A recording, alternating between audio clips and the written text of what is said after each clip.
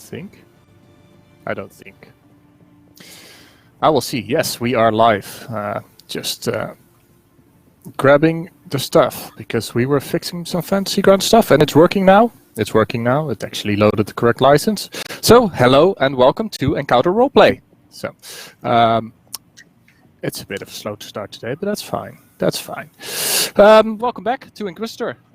Today we'll be diving into our episode 1 of the first series of Inquisitor with our lovely Inquisitor on the way being Charlie. She just has to... There! See? Perfect timing. And the rest of the cast... Yeah, so we have Charlie playing Matilda the Inquisitor, just Jason, PLS, Pope World Build, and Cleric of Court. Before we begin today's show, I'll remind you guys that we're sponsored by Fantasy Grounds, our virtual tabletop of choice, working now. All of the beautiful maps and rolls. I don't have beautiful maps though, but that's me. That's not Fantasy Grounds called. All the beautiful rolls you will see are in Fantasy Grounds, which you can try for free at fantasygrounds.com. You can also get all your miniatures from Wayland Games. Go to waylandgames.co.uk and get yourself a huge range of D&D, Warhammer, and 40k minis for 20% off. And 40k is what we're going to be playing. So get your minis, or don't. It's up to you. Free world. And all. Finally, Tabletop Loot provides fantastic dice, which we give away when we hit the stream goals. The stream goals you can see in the top top right of your screen, which is, I think, yeah, there, above Jason. When we hit 20 retweets and 5 subscribers, every 5 subscribers, we give away a set of dice, which just keep an eye on chat and you'll see how that works. Finally, I remind you how you can interact with today's games. So when we hit 20 retweets, we'll give away a set of Tabletop Loot dice. And the tweet should be in chat. Yeah, I see the tweet in chat, so that's all good. And I think we have Will around, so Will will probably be running the giveaway when it happens. And of course, you can donate to Affect the Games by giving them net 1s, net 20s, Wild Magic Surges, and this month's special, the Table of Pets. And there's also a link in chat to the donations, right? I will look at chat and it will pop up there. But without further ado, I am the Dungeon Master. I just gotta stop reading this stuff, literally. So, welcome to Inquisitor, our game set in the Warhammer 40k universe, played in Mutants and Masterminds 3rd edition, with some house rules and all that stuff. Last week we did a session 0 where we dove into the party's background, the characters, how they got together, how they work together. So let's go around the cast and see who they are, who they're playing, and what their plans are today. And we'll start with Cleric of Court, playing Stefania. Hello, I'm Kat, also known as Cleric of Court, and yes, I'll be playing Stefania Grigori, a Sister of Battle, and I plan to hit things. I plan to do what the Inquisitor tells me to do, which is to burn heretics, cut off their heads, find her heretics, and then cut off their heads. It's what I'm good at. Okay, that kind of sounds like a plan, I guess. Something. It should work, right? If you roll high enough, I guess. So let's go over one to the left. Pope World Build. Who are you, and who will you be playing today? Hi, yes, I'm Pope, and I'm going to be playing Kifkin Severus Dracon, Adept, and now Acolyte of the Inquisition. Yes. Going to be trying to keep everyone informed, look for tax frauds and things of the like, in order to lead us to heretics, heresy, and dark and terrible occult truths. And babbling on through the 40k grim dark universe. Alright, cool. Then Jason. Hello, I'm just Jason Blees on Twitter, and just happy to be here. today, I suppose I'll just be playing Vasily Taltos, a excuse me, former incinerant of the Adeptus Ministorum, and now ever faithful servant of the Inquisitor and her will. My personal plans include, I guess, cooking dinner in real life later on, but for now, think maybe just burning a few heretics here and there, or otherwise just kind of stemming the flow of chaos in this world is going to be enough. Yeah, sounds like a plan. And then last but not least, Charlie. How are you doing? You're muted. No? You'll probably have to reload, I guess. Just refresh. Yep. We'll get back to you once in a moment. So, while she looks at what's going on with her microphone, I will tell you all what we're doing. Well, not too much what we're doing. What they did last week. So, what we have in front of us is a party of the Inquisition. Charlie, try now. Oh, well, not while you're coughing, of course. Am I working? Yeah, that's Hello? working. Hello! Yeah. I'm at Hello, Flash and world. Fire on the Twitters. I am the Inquisitor around here.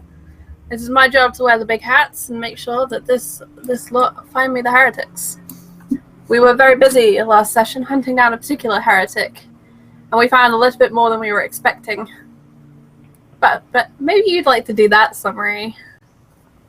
Yeah, well, I can do the summary if that's this week. I'll do it. Next week, one of you can do the summary. So, last week we started out delving a bit into the backgrounds of the characters, and so for those watching for the first time, what we have in front of us is an Inquisitor party. Well, basically, we have an Inquisitor, which is a secret agent of the Imperium of Man in the Warhammer 40k universe, rooting out any cultists or basically anything that is a bigger threat to the Imperium than just a physical threat. Because there's armies for that, there's Space Marines for that. But if you want to root out cultists before they get too dangerous, that's when you need an Inquisitor. And an Inquisitor never fights alone. They have a retinue of acolytes, and those are all around them in the form of information expert, a down-to-earth priest, and a not so down-to-earth battle sister of battle.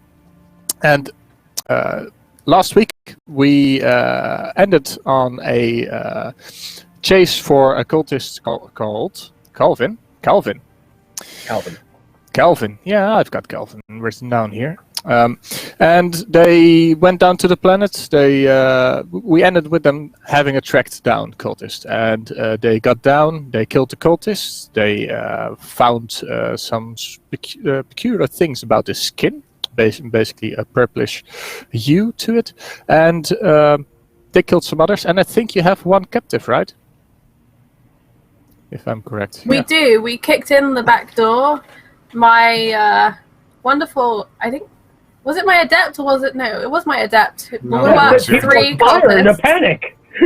Yeah, and I meat puppeted a remaining cultist to shoot one of his friends, and then we arrested him. Yeah. So I saw the dude's arms off. yeah, You did. I'm saw very that. proud. I am too. So before we start today, I'd like to go over some core rules. Well, just one core rule, which is hero points. I don't know, with some of you I've already explained it, but for the chat it's nice to know. Muses and Masterminds uses a system, is a D20 system with custom abilities. And it uses hero points as a reward for good roleplay and playing the downsides of your character when they come up. You can use the hero points to reroll any die, and then if you roll below 10, you add 10 to the roll. And there's some other cool stuff you can do with it. You can alter your powers. You can add a bonus to a roll even, just a minor, but you only get a minor bonus. And you can alter a scene, which is the most important one to know beforehand. If we're playing any scene, you can spend a hero point to alter a detail of the scene that wasn't there before. For example, if you're fighting over a pit, you can spend a hero point. Ask me, is there like a chain hanging from the ceiling which I can use? And I'll take your hero point and I'll allow you to use the chain in the scene or whatever creative thing you can come up with. And I will allow you to spend natural 20s that are donated as a hero point. So that's one thing to know. We start the session with 2 hero points for everyone. So those are reset at the end of the session. So you're encouraged to spend them. And if you earn them, it's better to spend them than to keep them. Unless we're in a specific scene. If the scene drags on from one session to the next, it's coming with you. Then, today, you find yourselves aboard your vessel. Have you named your vessel yet? No. No. It's a converted Dauntless class light cruiser, which is small for Imperial fleet standards, but it's huge for our standards. It's basically like an oil tanker, but it's a battleship in space. It has huge cannons on the side, an enormous cannon fixed to the prow, and it's highly modified to suit the Inquisition. I have the idea that people who are familiar with the ship, which isn't a very large number of people, the Inquisitors were being kind of secretive, call it the headache. Yeah. Because you see it coming and you know it's gonna hurt, and they may have heard whispers about Matilda's powers. I don't know if that's its official name, and I don't think that's what Matilda calls it, but I think that may be what it's kind of known as.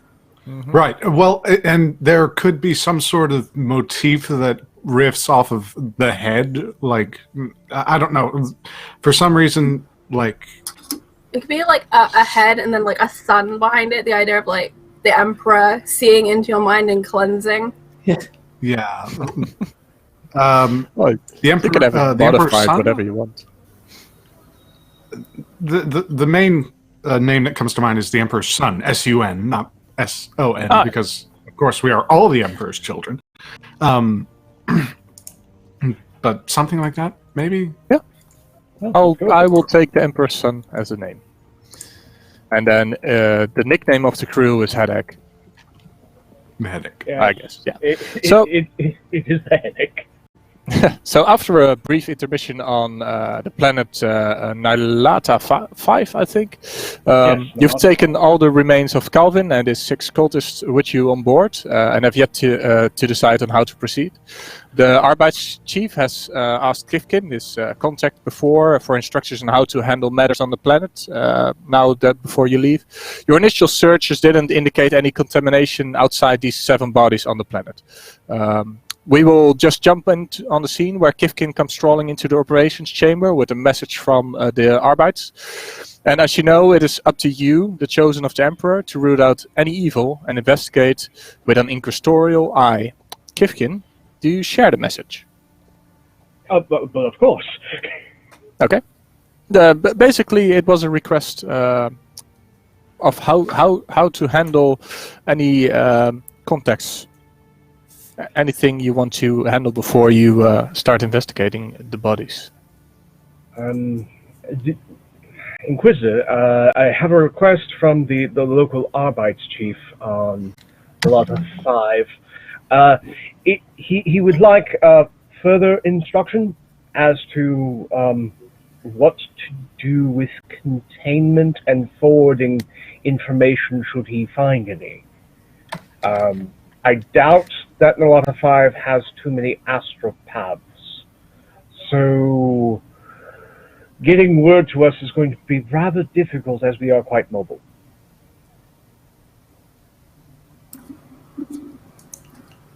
Yes, that is a concern.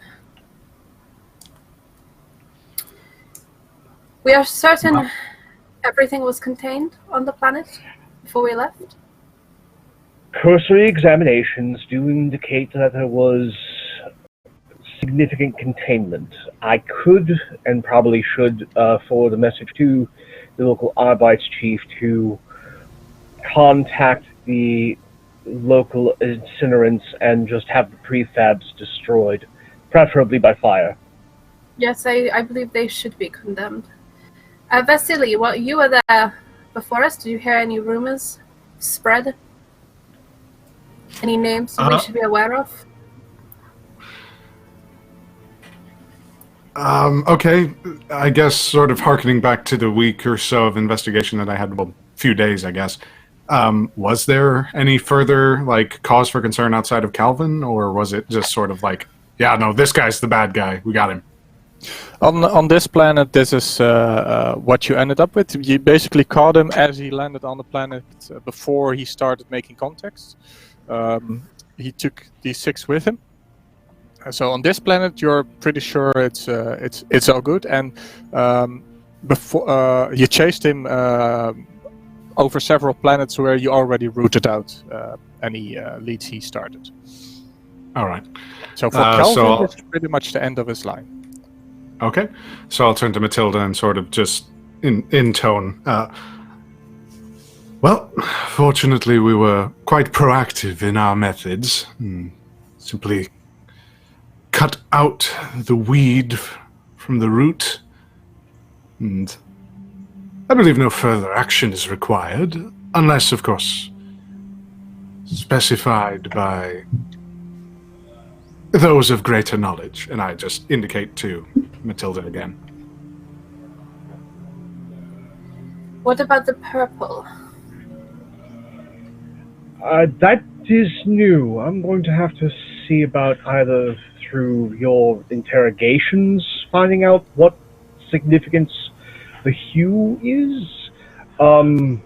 Otherwise, it may be a new mutation. I'm actually caught by it. It's not something I've come across in my own documentation and education. It's going to prove further study. With one captive, I would suggest thorough interrogation. I have studied with a few biologists, and in the infirmary, I could take some of the remains and see what I could find out there.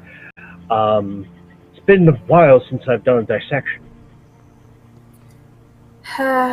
Kivkin, take Stephania and interrogate our prisoner. Vasily, you and I can work on the communications issues that we have. See if we can resolve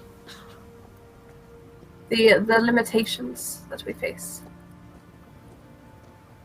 I sort of narrow my eyes at Matilda, like trying to figure out if there's some ulterior motive that she doesn't want me talking to the people, and look back to Kipkin.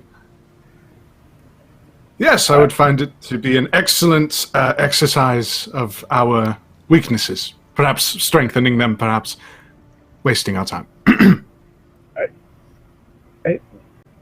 Certainly. Yes. I bid you adieu, Inquisitor. Vasily, I guess we need to go and talk to someone. Talk, yes. Yes, we'll talk to them. I'm sure there will be lots of talking.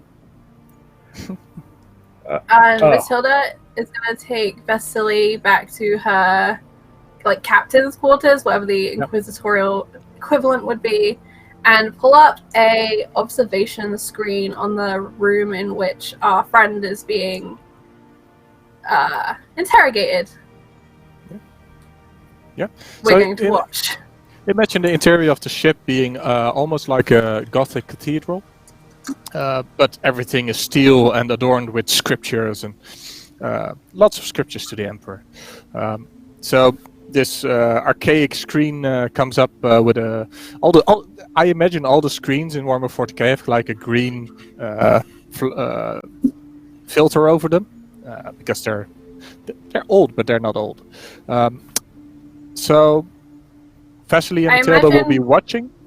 When it's not turned on, it looks like stained glass, and it depicts a scene of the Emperor smiting demons or something delightfully dramatic. Only the demons, of course, are just explosions, because you would never depict such great chaos and evil in That's too very much good, very clarity. So, Kifkin and Sefenia, you head. Do you head down to the morgue or to the prison? The brig, as the Inquisitor has commanded. Yeah. Head straight to the brig. Okay. Well, there are several cells, and one is used. The cultist in question has been properly sealed in, and there's some combat servitors in the hallway keeping guard. But nothing fancy. So, how do you proceed? I guess I'll ask the cursory informational questions, and Sister Sefenia, I guess you'll be you. If something gets out of hand and the servitors don't decapitate, exsanguinate, or whatever they do, I have whatever means of decimation of form at the ready. She's got her power sword in her hands. I have the sword to remove the heretic's head. Hopefully that won't be necessary today, but I don't get my hopes up. So, just head on in. Hello! The cultist is slumped against the wall, chained as well, both hands and wrists to a small pole, like a ring in the floor. And he looks up, but he doesn't say anything. Yes, I know. The accommodations can be Spartan, but I think we can possibly fix some things once we get more information about you and this Calvin. Terrible business, terrible business. So, if I can get your name, imperial designation, planet of origin, to start with, that would be most helpful.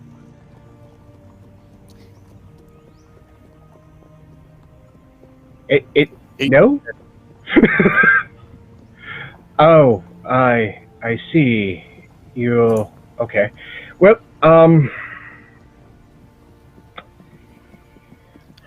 silence is something to be respected, but I really do need this information, and to my knowledge, I am the least terrifying thing on this vessel, and this is your one shot. So please, for your sake, and somewhat mine, let's try and just start a dialogue. I mean, do you want some water, or do you need, like... How dehydrated are you? You'll kill me anyway. No. Article 4/3 says that we cannot kill a captive unless they show signs of being hereticus totalis, in which case summary execution will be performed by servitor, commissar, imperial agent, sister of that. I'll stop. I'm rambling. But as long as you are, helpful, there are many places you can end up that are far more pleasant than this brig. I mean, there's even a small chance that you could just go on to the front lines. And I don't find the morgue that pleasant, but you could end up in, an Imperial Penal Legion serving for, a decade and possibly through... Powering a penitence tank? Penitent engines are typically only held for those who seek cleansing by the Emperor's service. But no, you can definitely serve in the Penal Legion, and I hear that, the rations that they get are actually quite good. I've read a number of designations that they're far better than hives like Sibyllus. So, Confess your heresy. That would be helpful. There's nothing left here. I'll confess, but just send me away. It's done. Well, I need to actually get pointing to the datapad. A confession of your crimes. I need details. Like name, imperial designation. More about Calvin would be lovely, like the entire purple hue thing. That's fascinating. So if you could give me some details about that, how you met, maybe, favorite meals, people that you know, hobbies. It's all. People it's all that you know done. It's- that we I- might have missed already? I ate babies, and then we went fly, and now I'm here. Start again. Flying, and I probably heard babies? Like mountains. Oh, okay. Mountains flying here. I'd actually like to get a quick treatment check on him. Yeah. See just how messed up he is. Yeah, you Like, can. You just can. how poor is this man's health? You can also roll me an insight as well. Okay, well, we'll first start off with the treatment. As that's going on, I'm just going to turn to Matilda very pointedly and 17. say, "This was the best and most brilliant course of action. This was most advisable." And insight. Are you questioning me, Vasily? That Merely pondering your reason. Inquisitor. a 19. So 17 treatment, 19 insight. Yeah. So on the treatment, he looks physically okay. There's just marks of sometimes having a bleeding nose, and inside he is convinced he speaks the truth. Oh dear.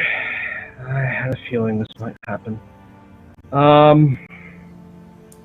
I you- reach up to put a hand on him, and I want to see if I can sense any heresy from him. Yeah. So What you I'm want to sensing use from him. the power we made for you. Mm-hmm. Yes. Okay. And I think that's the see the truth, right? Oh no, sense. Yep. Sense heresy. that's Yeah. the first type, sense heresy, feel by touch. Yeah. Yep. He is a heretic, clearly. Is there any illusions about him? No. He's clean shaved, just like all the others, and he's now wearing a prison. Well, he's still wearing the same clothes, but he's been checked for any weapons. But he's not. It's just farmers' workers' clothes.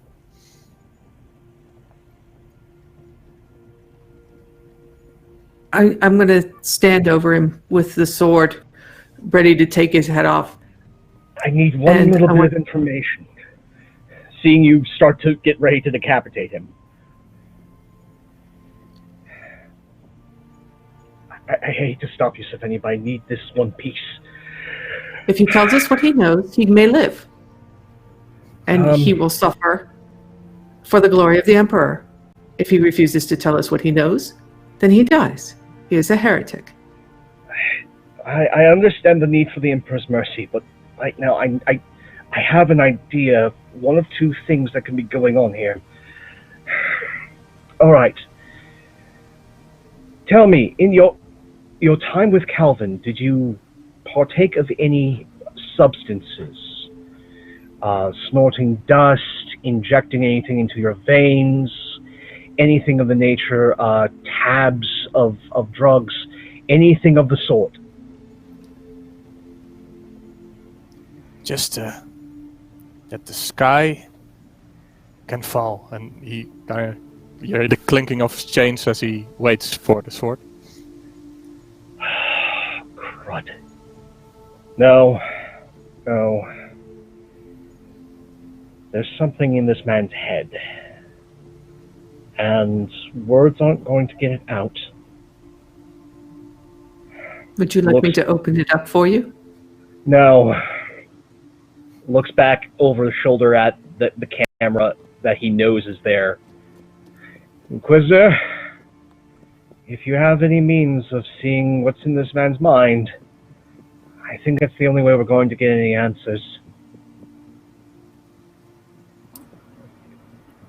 Matilda turns and looks at Vasily to see what his response is to Kipkin's request.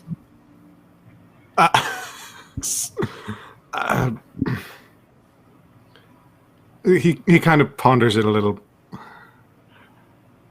Your life is your own. But I would caution against exploring the mind of any heretic quite strongly. That is wise counsel. And she'll kind of lean forward and push the communications. Kipkin, Stephania, my room, please. By all means, Inquisitor. I'll try and see to it that one of the servitors comes by with some water. Maybe some rations. I pray for your soul. And leaves. The Emperor As I hear, and I sheath the sword and follow Kipkin out. as I hear Kipkin sort of intone like the prayers, I'm gonna push the communicator and say, "Waste of prayers, my friend. Waste of prayers," and wait for them to come up. The cultist just lowers his arms and sits against the wall. They return to your chambers. Kipkin, why don't you work on resolving the communications problem? Vasily and I have been very busy while you were talking to our guest. Certainly, I'll see about working with the locals, getting a better idea of what their astropathic capabilities are on planet, and see about making sure they have some form of channel, whether it's through tramp freighter or pilgrims. I leave you all to it. I am interested in rumors that relate to what we saw, to what we know, to that which is new.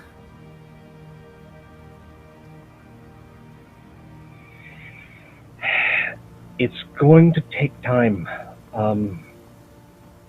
Definitely going to need to look over those cultist bodies, but more importantly, those that weren't incinerated. I'm going to need to dissect their brains.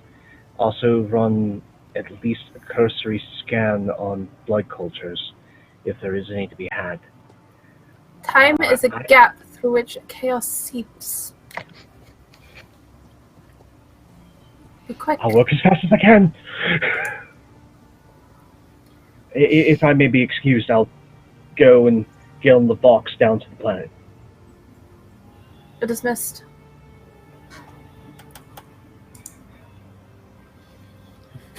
Okay. Is Stephania just still standing with us? Like, since okay. Then Vasily will keep his mouth shut.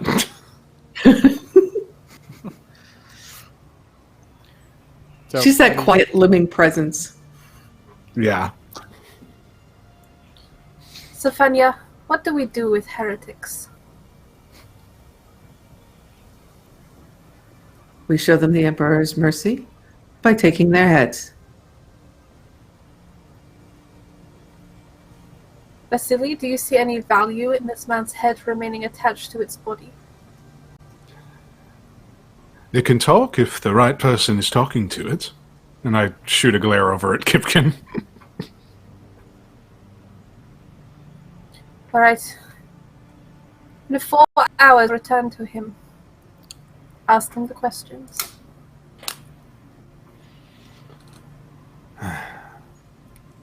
I nod. Sophenia, you are a fine reminder of what the Emperor promises us all. Thank you, Inquisitor.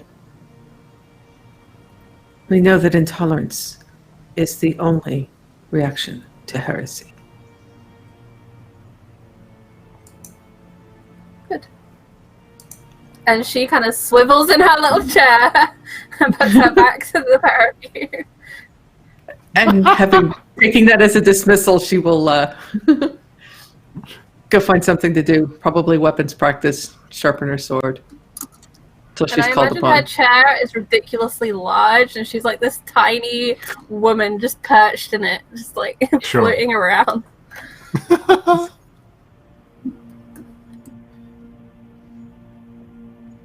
Muted!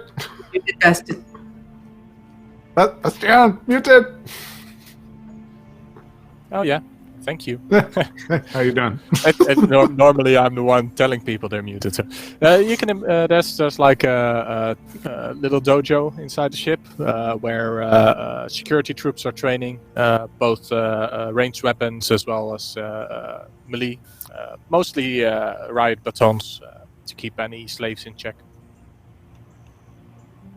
She Yeah, sorry. Yeah, she will, because she knows that there's no one here that can really match her. She isn't going full out unless she's alone. Yep. But Okay. there are a few broken bones going to the infirmary. So, Kifkin, any special message you're sending down to the planet, or just? Issuing a formal request for a dossier about transmissions to and from planet over secure channel, preferably using astropaths if they have any. If not, trying to requisition how messages go about being sent to Nelada 5, whether through tram freighter or through specifically designated courier via pilgrim ship. Getting a better idea of how this planet communicates with the rest of the Imperium. Yeah. Okay. They'll get back to you on the request. After that, going to head to the Medicaid deck and start dissecting. So was Vesely going to the prisoner? Yes, in the time allotted, I will probably just secure a couple of rations, like good rations, like something that I would treat a friend to before making my way down to the prisoner, whatever their name is. Okay. You head down there with rations, and he's not. When you come in, he seeks eye contact, and that's it.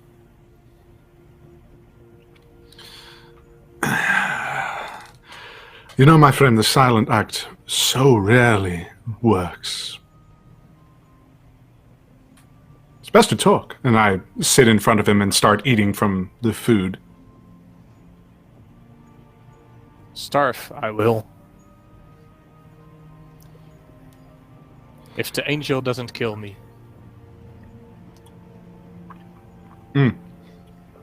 Very interesting. When I spoke with Calvin, was there any reference to an angel or anything like that? No, Or was it sort of like the passing only observance? reference is that Sylvania's armor is adorned. The shoulder pads have wings on them, wing insignia on them. And Obviously, Vesely being much smarter than I, he would have made that connection way quicker. Just still sort of chomp on the rations and look. They've already lied to you, so that you can make your way out of here. Of course, that's false, but If you refuse to cooperate, then death is the only way to what? Out. No. You don't believe that as much as I do.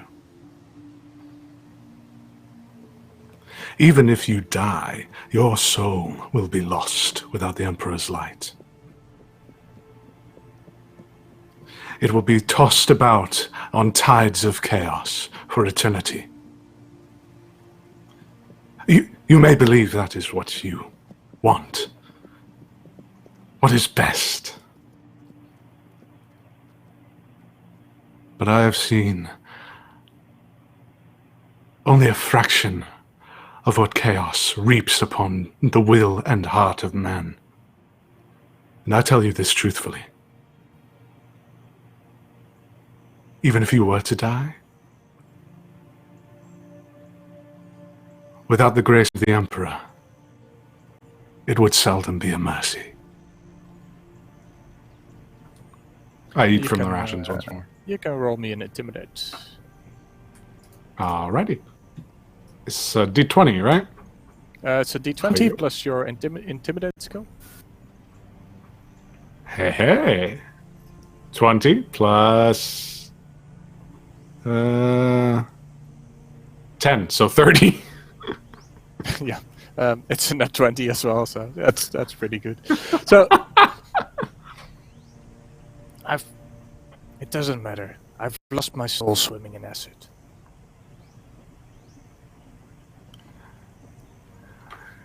You may believe that, but the Emperor never turns his back on his children, no matter how naughty they've been.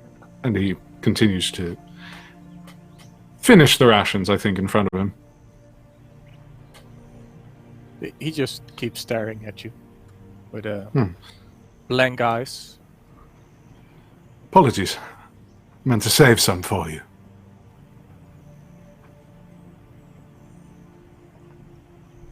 He's completely lost his sense of connection. That's the word. So, what's with the purple skin? Can you at least tell me that much before you fade into oblivion? Oh, my cat is attacking me, sorry.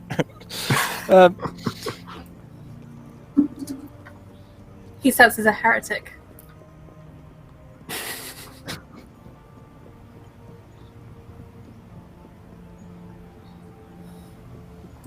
All I know is Calvin.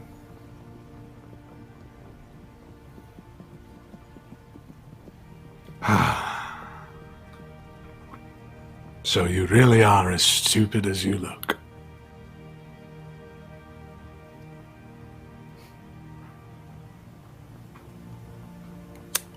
Well, seems you have an appointment with an angel to get to. I stand up, kind of viciously, and storm out of the room. Yep. You leave any of the food? Of course not. I eat it all. Yeah. Do you know how hard it is to get good rations on this damn ship? Very hard. Well, unless you actually recruit a good cook. Yeah. And I don't know if Matilda is the type to recruit a good cook. No, but Simple Kipkin is. food keeps you honest. So, Kifkin, you enter the morgue. Well, Yes. And as you come in, you are greeted by. Let's scroll down to the correct section.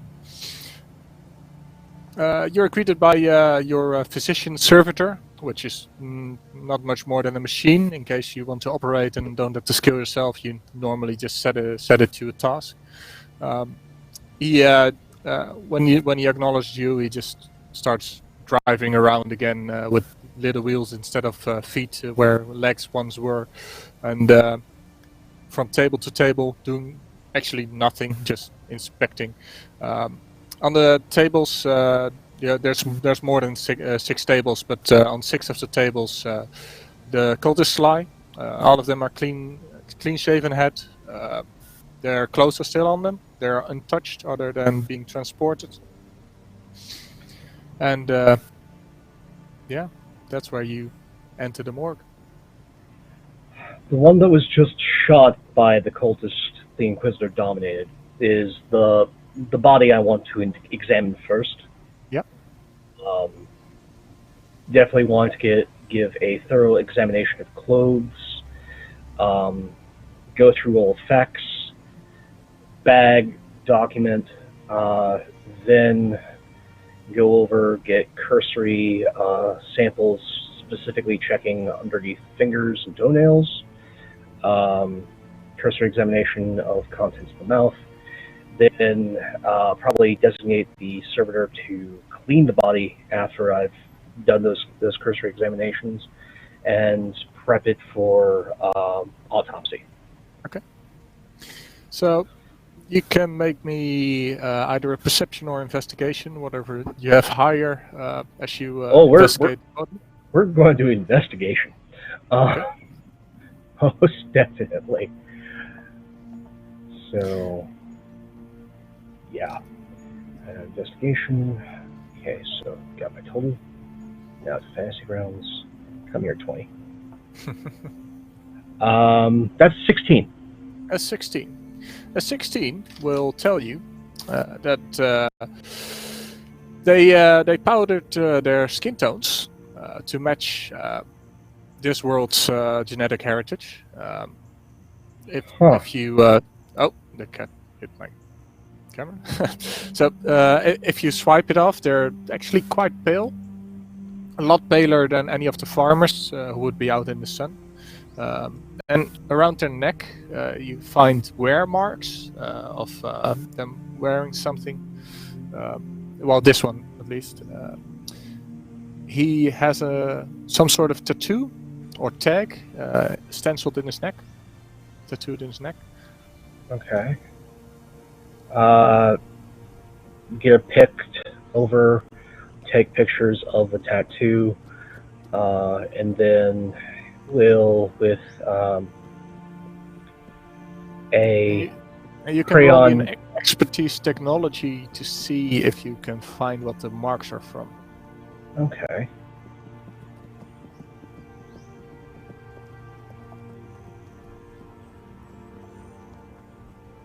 Only a 10. Yeah, not gonna tell you. No. It's from wearing something, but you don't know what.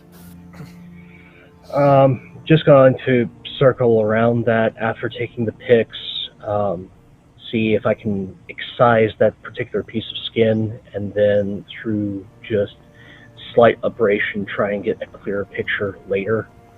Mm-hmm. But yeah, no. Going through his effects, is there anything in particular that stands out? Aside from the powdering of skin, which I'm guessing is just a means of cover from going from a lifetime of probably being shipboard. This is probably a void-born person if they're that deathly pale. The only other thing I can see to try and confirm if they're void-born is a cursory examination of the eyes.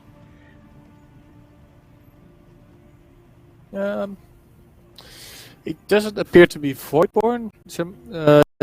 If you swipe away more of the powder, you'll notice that around his eyes there's actually some coloring, and from there on it's mostly pale. Okay. So probably just a time of deprivation, and maybe have been in transit before. Yeah. From dissecting him, you don't find anything of note. Take some blood cultures. That's going to take time to actually run any sort of significant diagnostic on the blood. Definitely going to see about abrading that piece of flesh that's excised that has the tattoo.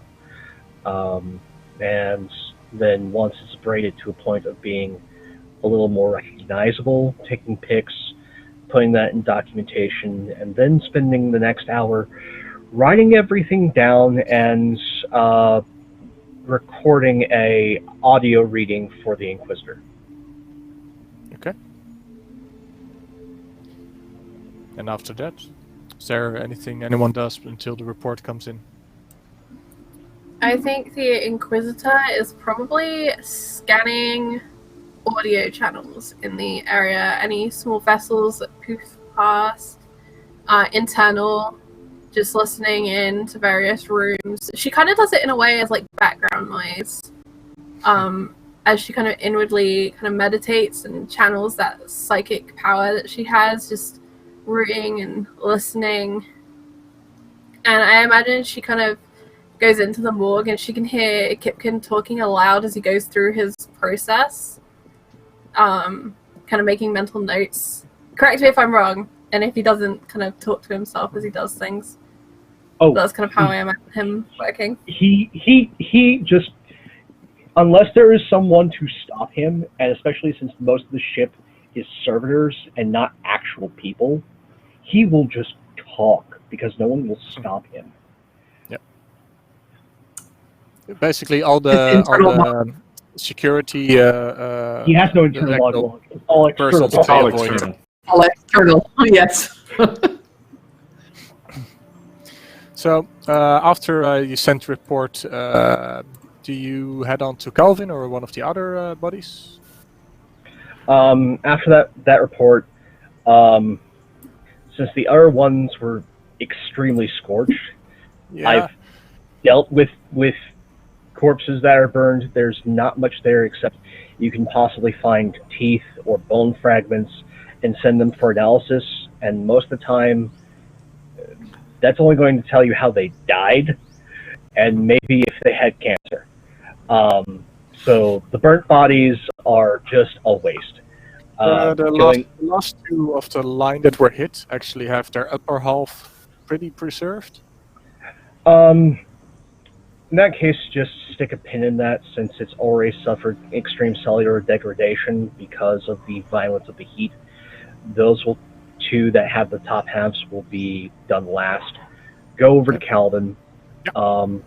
And yeah, this one is when we're going to put on what I like to refer to as the 40K hazmat suit.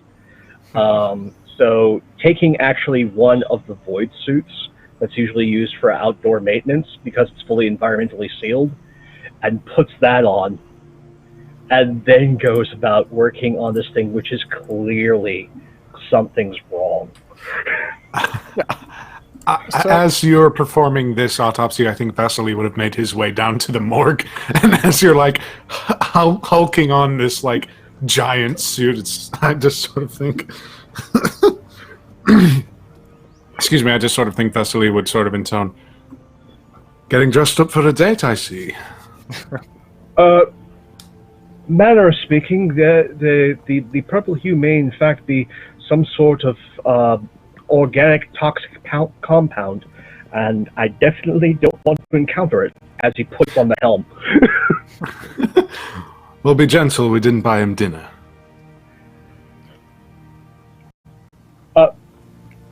Not getting the joke, just nods and goes about to work. I pat the back of the helmet sympathetically and just let you do your work.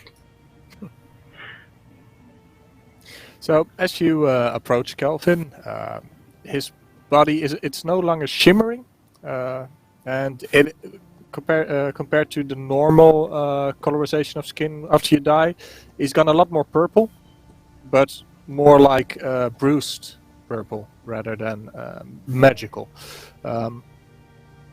He misses an arm, of course. Yes. And the arm is on a small table beside it, yeah.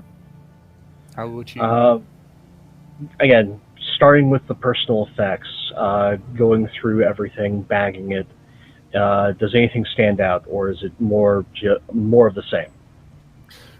It's exactly more of the same, except there's also an arm. Okay.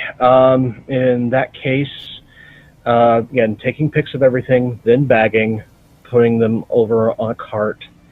Once I have the body cleared of all clothing, going about taking whatever samples I can from underneath the fingernails.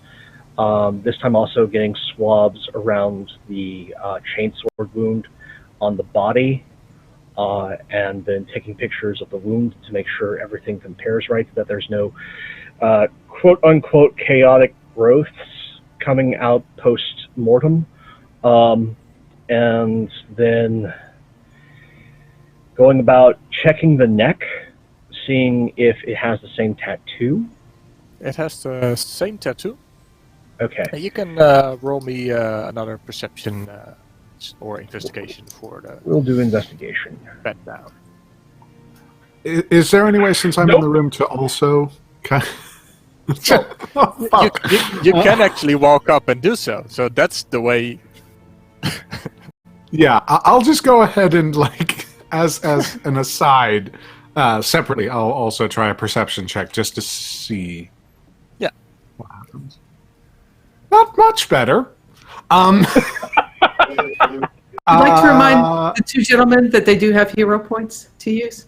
Yeah. I know, but I like the idea of this being a mystery that he just can't solve right now, and is frustrating him. Okay. A 5 is bad, I'll grant you that. But that is, with my perception, a 15? So... Yeah. Still too low? 20? 20 will give you something else that Kifkin missed. Okay, I'll Kifkin give you a missed hero something. point. No, you get 20. With plus 15, you get 20. I'll first tell you what you see. Okay. Because what Kifkin misses, as he does his very methodical search, is like the tiniest of vertical scar in his neck that is not just any scar. He's ridden with scars, by the way. Tiny scars with a little bit of, just like any worker of the Imperium would have. But this one is perfectly vertical in his neck. And as Kifkin goes over the tattoo, you see it. But do you tell Kifkin? Do you? That's the question. So it's totally vertical. Yeah, like perfectly aligned with the neck, like at the base of a skull. Like the tiniest, like 5 millimeters, half an inch. Kipkin, Hey, yes. not that I would question your brilliance, of course, but do you see that? And I sort of just point to it. Oh no, there's just so many. Wait a second. That's actually a really good catch, Vasily. Perfectly vertical. It's usually a sign of some form of modification by the Mechanicus. Sometimes used by the Inquisition, there's subdermal munitions to keep certain prisoners or persons of interest in line. And in some other cults, it could actually be a mark of designation or noble ganger culture.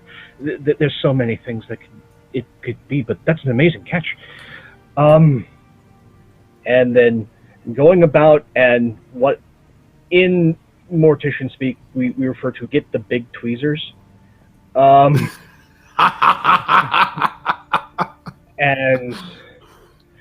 getting the prepping the body, fully flipping it over, getting the larger scalpel so I can do more controlled cuts, and going under the incision to try and reveal what's there.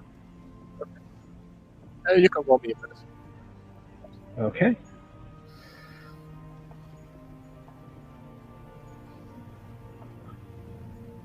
Okay, 15. 15. Yeah. So as you do that, you start. First, you activate your little switch Recorder. that gives you all the medical information you need, and you notice that this scar, just as you're about to make the incision, doesn't have any burning around it. All the other scars, they have like a little bit of motif around it from some kind of acidic burning, and this one doesn't. Oh. So as you open, so as you open it up,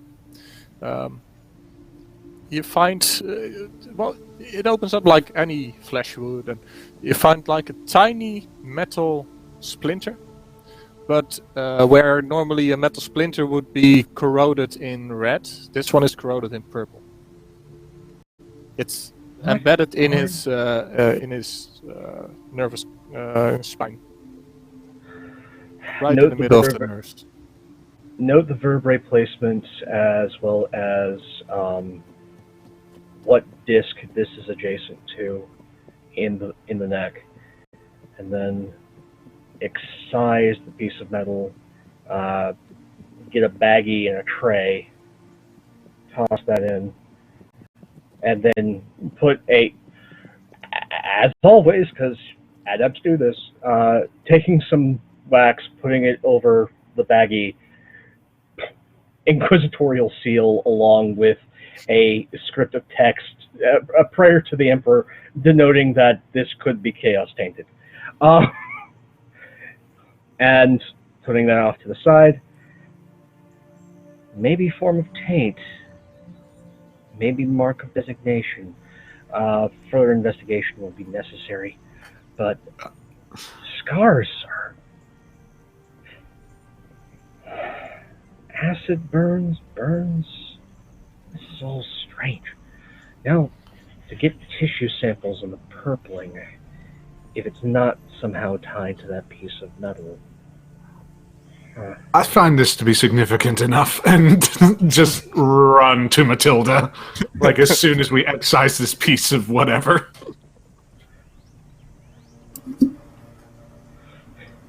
So as What he's is it? sealing it up, Jason, Vasily runs into your chambers.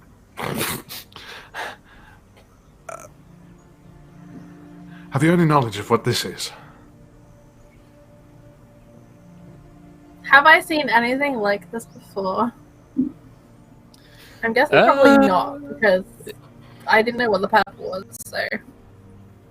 Let's take a look at what your knowledges are. I've made your character sheet, but... no. Yeah, it's clearly some metal issue. You've never encountered anything like this. Why have you brought this to me? It should be in the lab. Was extracted from our late one-armed friend. Base of his skull, nestled in some nerves. Follow me. And she's gonna go down to our living prisoner, grab him by whatever hair he has on his head and just drag his head forward. He's bald. Okay, just grab him by his head then. That's fine too. Back of his neck, Yeah. He goes as far as the chains that hold him down let you. I think she pulls him just a little bit extra because she's mean. Yeah, of course. He stares into your eyes, but it says nothing. Where did you find it? And she looks at Vasily. She's ignoring the dude staring at her. Just look to it. There's his skull, nestled in a bunch of nerves. Kind of dragging this guy's head down so we can look in that area. Can we see any marks or lumps or? If you go for weirdness? specifically the same area, you don't find any special scarring here. Alright, then I'll tuck his head kind of like to one side to check under like the ears on each side, see if she can find anything similar, anything that betrays something. You can roll me an investigation or perception to search him further. Of course, you'll find the tattoo in his neck, just like all the others. Let me see, what skills do I have? My perception's a 10, so I'm going to use that, because my investigation's only a 9. So it's 18 in total. Okay. That will... Oh, sorry, yeah, 19 in total. 19, yeah. You're pretty sure you didn't miss any any special scars? You actually notice that that all the scars that he does have are like working wounds, where it got where he got cut, and then instead of forming a normal scar, it's a little bit burned around the edge of the scar as well, on top of it. That's the same as Kifkin found. And my cat jumps on the desk and my camera goes up. All right. Thanks for that raid, Barney Stitches. Thank you. So I think she is going to actually meet his eyes. You dare look an Inquisitor in the eye?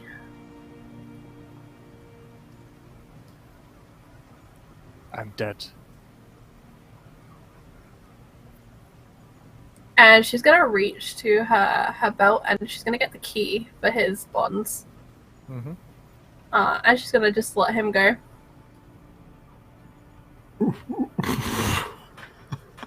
Soon as that happens, I'm assuming my chainsword is by my side at all times. So as soon as that happens, I pull it out and rev it up. It's very loud. Matilda leans down as if she's going to whisper in his ear, but instead she's going to speak into his mind and tell him, run. Are you going to use your... Oh, sorry. Yes. I can't remember what the skill was called. What the... Cool. Since this is the first time you're using them, I'll tell you what they can do. I've given you a set of Psyker powers, and they're all... there's two sets. There's the Psyker's Gift, which is two semi-passive things. That's the first one is you can... let me do it. Third eye, you can see into the supernatural layer. It's not the warp, but it's like an extra body experience you can have and move there. And often other psychers can see or move there as well. And you can use that to look at other locations. And then there's your attacks. Quotation marks. One is you can attack someone's mind, you can give them commands, and you can leave out a shriek of psychic energy and affect everyone around you. In this case, you would probably want to, I think you want to command him to run, right? Yes, but my intention is that she actually wants to see where he imagines running to. Okay. Okay. Because this is kind of like releasing the rabbit to find out where the rabbit hole is. Yeah. In her head. So, if we can make it off the ship, that's all the more fun for her. But she doesn't think he's going to make it that far, so she's just going to see into his mind, see if she can get a hint of where he would run if he could. Yeah, so I forgot to mention you also have Prune, which is mind. You can read someone's mind, and the better you, the worse they defend themselves with a will save, the more you can gather from it. For all your psychic checks, I am having you roll a will save check, DC 15. And if you make it, the power goes off. It's a limitation of your power, so it's like you need to gather the mental energy to use them. And if you fail, things can go bad. And if you fail on a 1, it's even worse. So on the dice, I rolled a 14. Yeah, that will. You have plus My 10 willpower's on your a 10. willpower. Yes. Yeah. So you easily make it.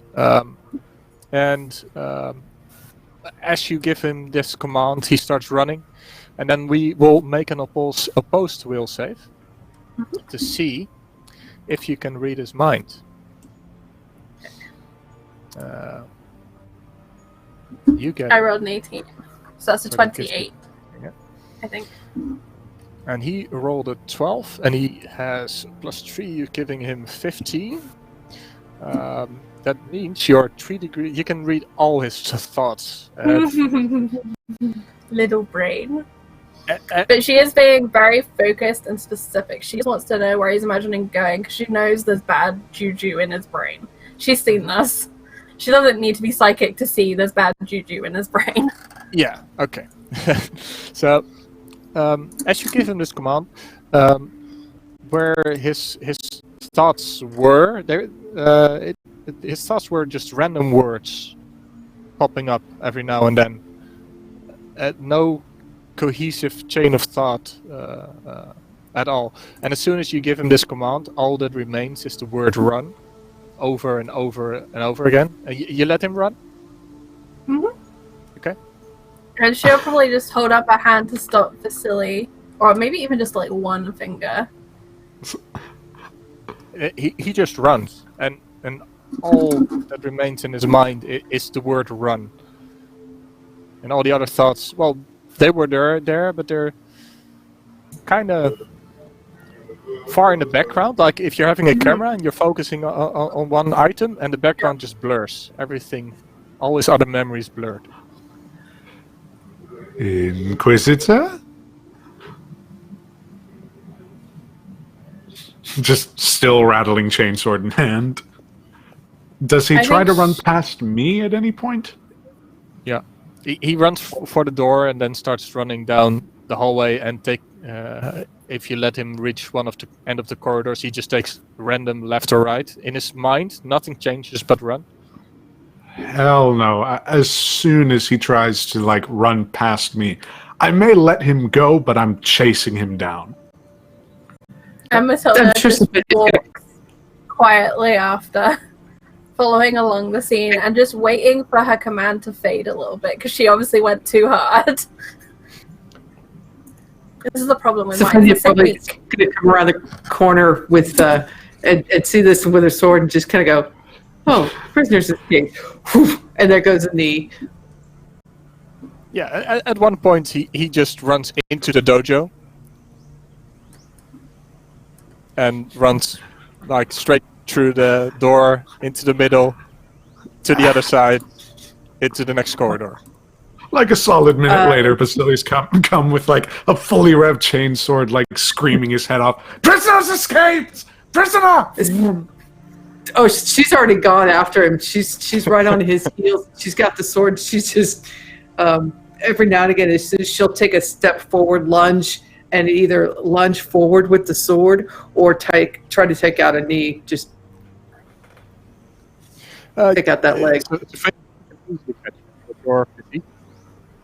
I didn't hear you. You can easily catch him with your physique. You can just pretty much catch him before he reaches the end of the next corridor. She'll hamstring him and let him fall and wait for the Inquisitor to arrive. Or she'll send somebody to go get the Inquisitor and wait for the Inquisitor to arrive. You hamstring him and he grabs his leg, starts screaming in pain, wailing. She's ignoring that part of it. She's just standing there watching him on the floor. Do I still have a link to his mind? Yes. I command him to run again. If I sense he's stopped, that's really my game. He's not showing me what I want, and he has stopped. So he's failing on both counts, so she commands him to run again. Okay. I'll have you roll a will save to use the power, and I'll try to resist it again. Yeah. That was not so good. That's a 16. Yeah, you need a 15, so it does work. He refuses to run, and he keeps screaming in pain because he rolled in that 20.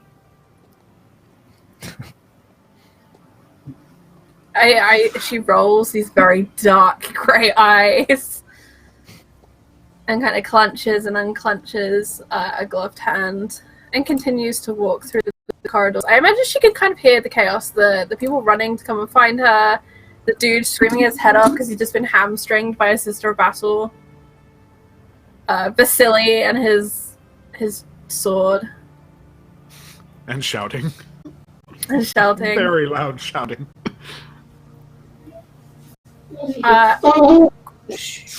With our communications in the ship, would I be able to comlink to Kipkin, or do I need to find a terminal to do that? Or you've all got comlink. Yeah, so you can just chime on in. Kipkin, it appears our friend has escaped. Oh no, what will we do? And she kind of cuts the connection.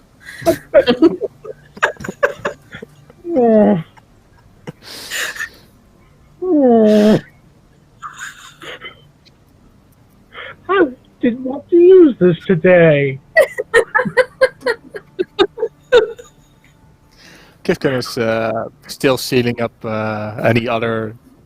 He's still typing his report, right? So, No, he's still going cursory over Calvin, like because Vasily just took my evidence bag and ran off with it. But I can't question him because he's strong and intimidating, and so it's just like, okay, I will continue on with my autopsy. I still have to weigh this guy's brain, and then all of a sudden the Inquisitor comes chiming in, and it's like, prisoners escape. Oh, darn it! Just grabs the power maul and starts walking out of the Medicaid deck.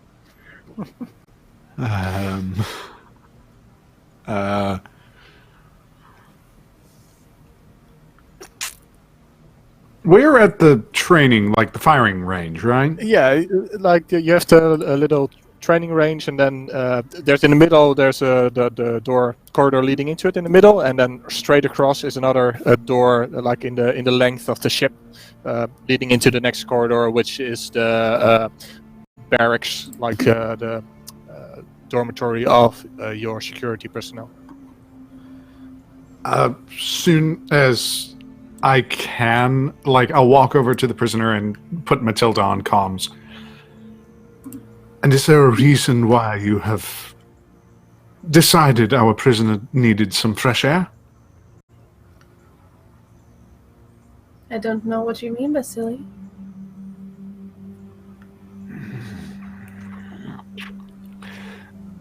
Could I have even... No, go ahead. I say, should I take his head now, or are we taking pieces? And Matilda, as I imagine she's like one corner away because she's only walked. She doesn't run. Running's for when you're, something important's happening.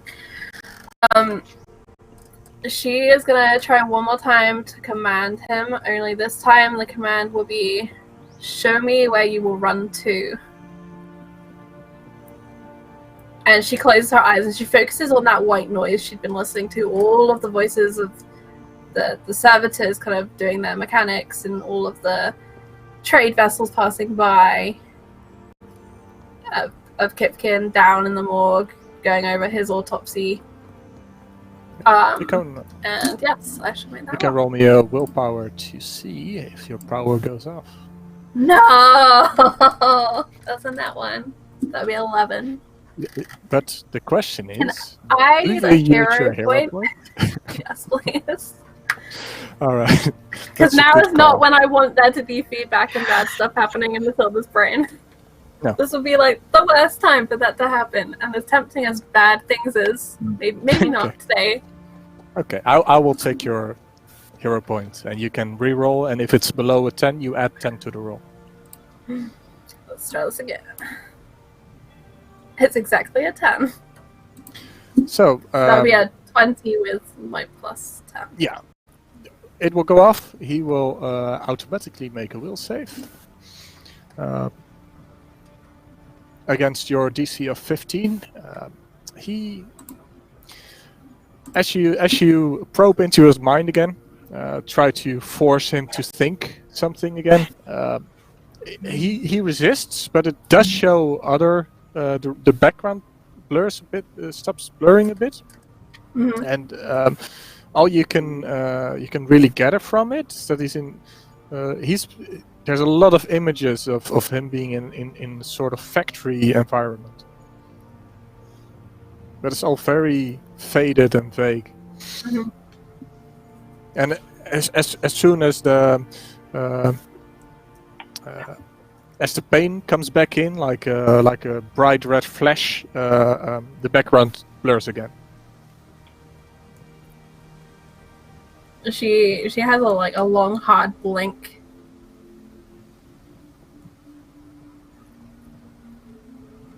Heretics? What do we do with them, Stefania? We show them the Emperor's mercy, Inquisitor. And she actually turns on her heel and walks back to her room, having a feeling that Savannah is gonna know what to do at this point, as they'd already kind of discussed what we do with heretics earlier in the day. And does she know what to do? Yeah. Yes, she does. She lifts her sword. She looks down at the heretic, and she says, "Rejoice, for I bring you glorious news. God walks among us." And then the sword comes down and takes his head. Okay. The screaming stops. So. That's good. I would have been worried if the screaming had continued. Yeah, would be a bit early. Yeah. That might have happened if you rolled a 1. So Benny's going to clean the blood off of her sword on the guy's clothes, and then she will just walk away knowing that the servitors will clean up the mess. So, Vesely, what you missed is that Matilda ordered Svenja to show, the prisoner is now decapitated. Oh, good. I probably wouldn't have intervened at any point. Although I probably do shoot a glare to Matilda, like implying that it's like we could have just killed him. Oh. Matilda kind of got to the corner and then turned around and walked away again. I shoot a glare at Matilda's presence then. Just narrow my eyes thinking we could have just killed him. Like, then and there. And one thing with your, I think you're all kind of perceptive, especially with Vesely and Svenja there. You know the Inquisitor used supernatural powers. Mm-hmm. You smell like the faint taint of electricity in the air, ozone, but it's very faint. Marvelous. Svenja does not question it. She knows that we are to beware of the Psychers, but this is the Inquisitor, and it's not her place to question the Inquisitor. The Emperor uses many tools in many ways. It's the Inquisitor's job to question. Yes. I turn to Svenja. Well, at least see that his body serves a use. String it up to one of the target dummies. Oh, how enjoyable! And she will pick it up and carry it over and tie it up, and then the head is just kind of resting on top of the pole. Kipkin comes like puffing around the corner. Svenja is now giving an impromptu class on the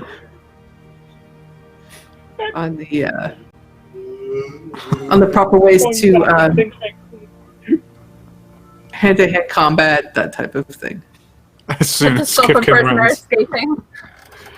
as soon as Kipkin turns the corner, I turn to him. Oh, marvelous! Apologies for my behavior earlier, and I pull out the shard of metal that was extracted from Calvin.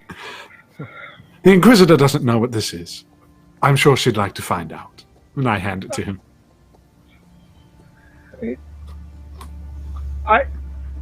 I'm gonna go weigh a brain. Bye. Do you need this one? And Svenja will pick up the head and hold it out to you. Alright. Evidence has already been thoroughly contaminated. Use it as you will. Puts it back on the post. Everyone, pull! Now, we're going over pressure points and how to incapacitate without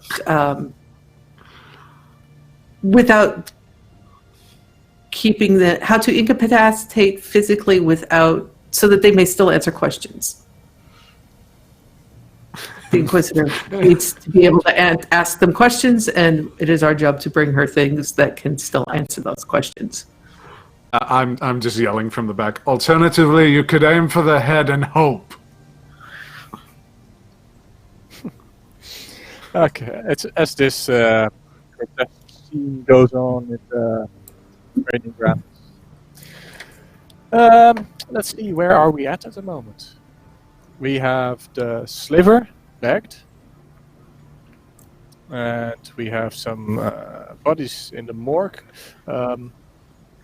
Is there anything you would like to do before heading Matilda into would like Interrogating? to send word to Kipkin to ask that he make a list of nearby planets with a great deal of industry, and she'll describe any part of that factory, any like specific machine or anything that she can remember, any mechanism, to try and narrow down what this factory was manufacturing or processing.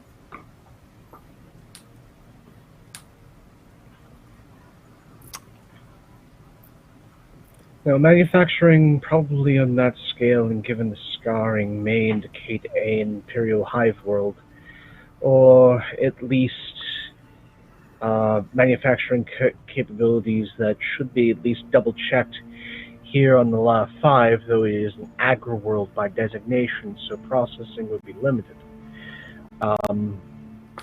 Especially since they're already using prefabs. We can see if there's something else, other planets within system, considering movement seems to be limited in this neck of the woods. Calvin arrived here and the cultists were ready. Where was he going next? That is what we need to figure out. Where these cultists come from.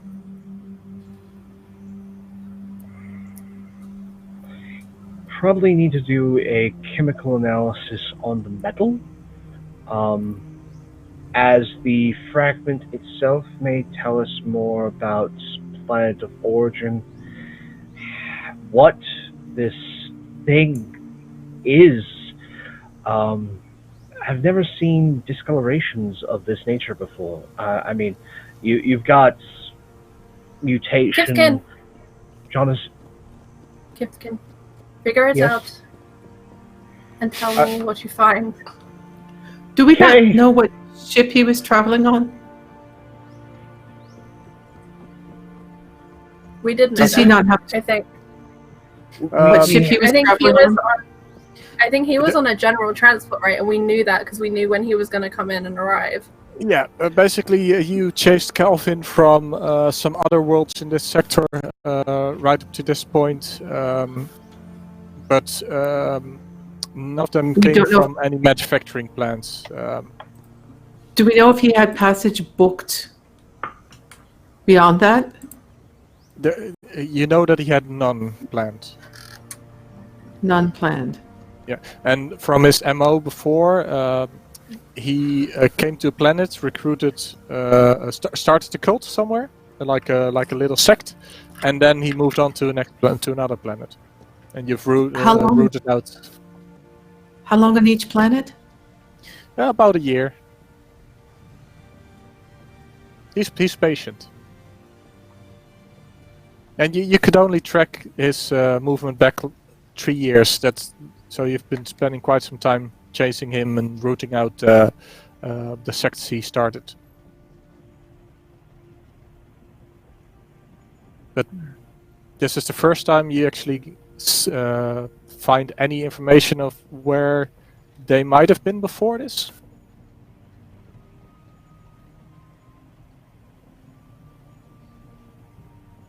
So the people the cultists that we killed that were with Calvin were from this planet. No, they weren't from this planet. They, I assume you shared the information, Kivkin, about autopsies. I was still working on my briefing, but yeah, as soon as it's finished, it's going to be that no, they were using powder specifically to blend in with the local citizenry due to their differences in complexion, distinctly paler. Given what the Inquisitor has said, they may have come with Calvin via transports, possibly from an Imperial hive. Given their coloration, maybe an Imperial underhive is where they're from. And that little explosive, that could have been used by a multitude of organizations, right? So we've got an entire litany of possible associations and suspects. Armament is not hard to come by in the Imperium. The meddling question is probably the greatest lead we have. That and the fact that the Inquisitor has decided that it's probably from a nearby manufacturing planet, whether it is Mechanicus in nature or just Imperium, probably development of munitions itself, or some sort of heavier grade, based upon the description, maybe vehicle production. Those are probably our best leads to try and trace back. Going forward is going to be difficult because we're going to have to go back to go forward. And I'm still doing thorough examinations. I'm going to need time for the tox screens to come through because, well, the cogitators do not work as fast because we do not have, well, as many as they would have on Hive Sibylla or even Hive Tyrannus. But, I mean, we're talking a cathedral's worth of cogitators. I've just got the ship. Get me a list of the 5 nearest manufacturing plants. I will consult the navigationary charts up on the bridge as soon as I'm done weighing this heretic's brain. Okay. So, from the rest of the medical examination, well, autopsy, you don't really get much news. Anything so- on coloration, maybe the phosphorescence of the skin that caused it to shimmer, anything like that at all, anything chemical? No, not on Calvin, and the others neither. Only the Has Stefania extra burning around fought- the scars. Has Stefania fought anything like this? No. Okay. No. So, if you go over the list of closest factories, there's well, Nalata, where you're anchored at the moment, is a farm world. Then we have one furnace world, which exports a lot of metals, which is on a K-6. And I will type that in the Roll20 so everyone can read it. K-6, which by chance also holds an Administorum world and several uninhabited planets. Well, the first 4 are uninhabited and lightly mined where possible. And then, let's see, there is also the Thalanum system. Now, well, type it down, which holds several smaller factories. It's not so much a forge world. There's no forge world there, but there's 3 planets which are heavily mined, each with their own specific natural resources, and they also hold some processing plants, and that's the closest for heavy industry you can find. Because I think she gets impatient if we stay in one place too long. Matilda is just going to move us towards, I think, K-6 first. Okay.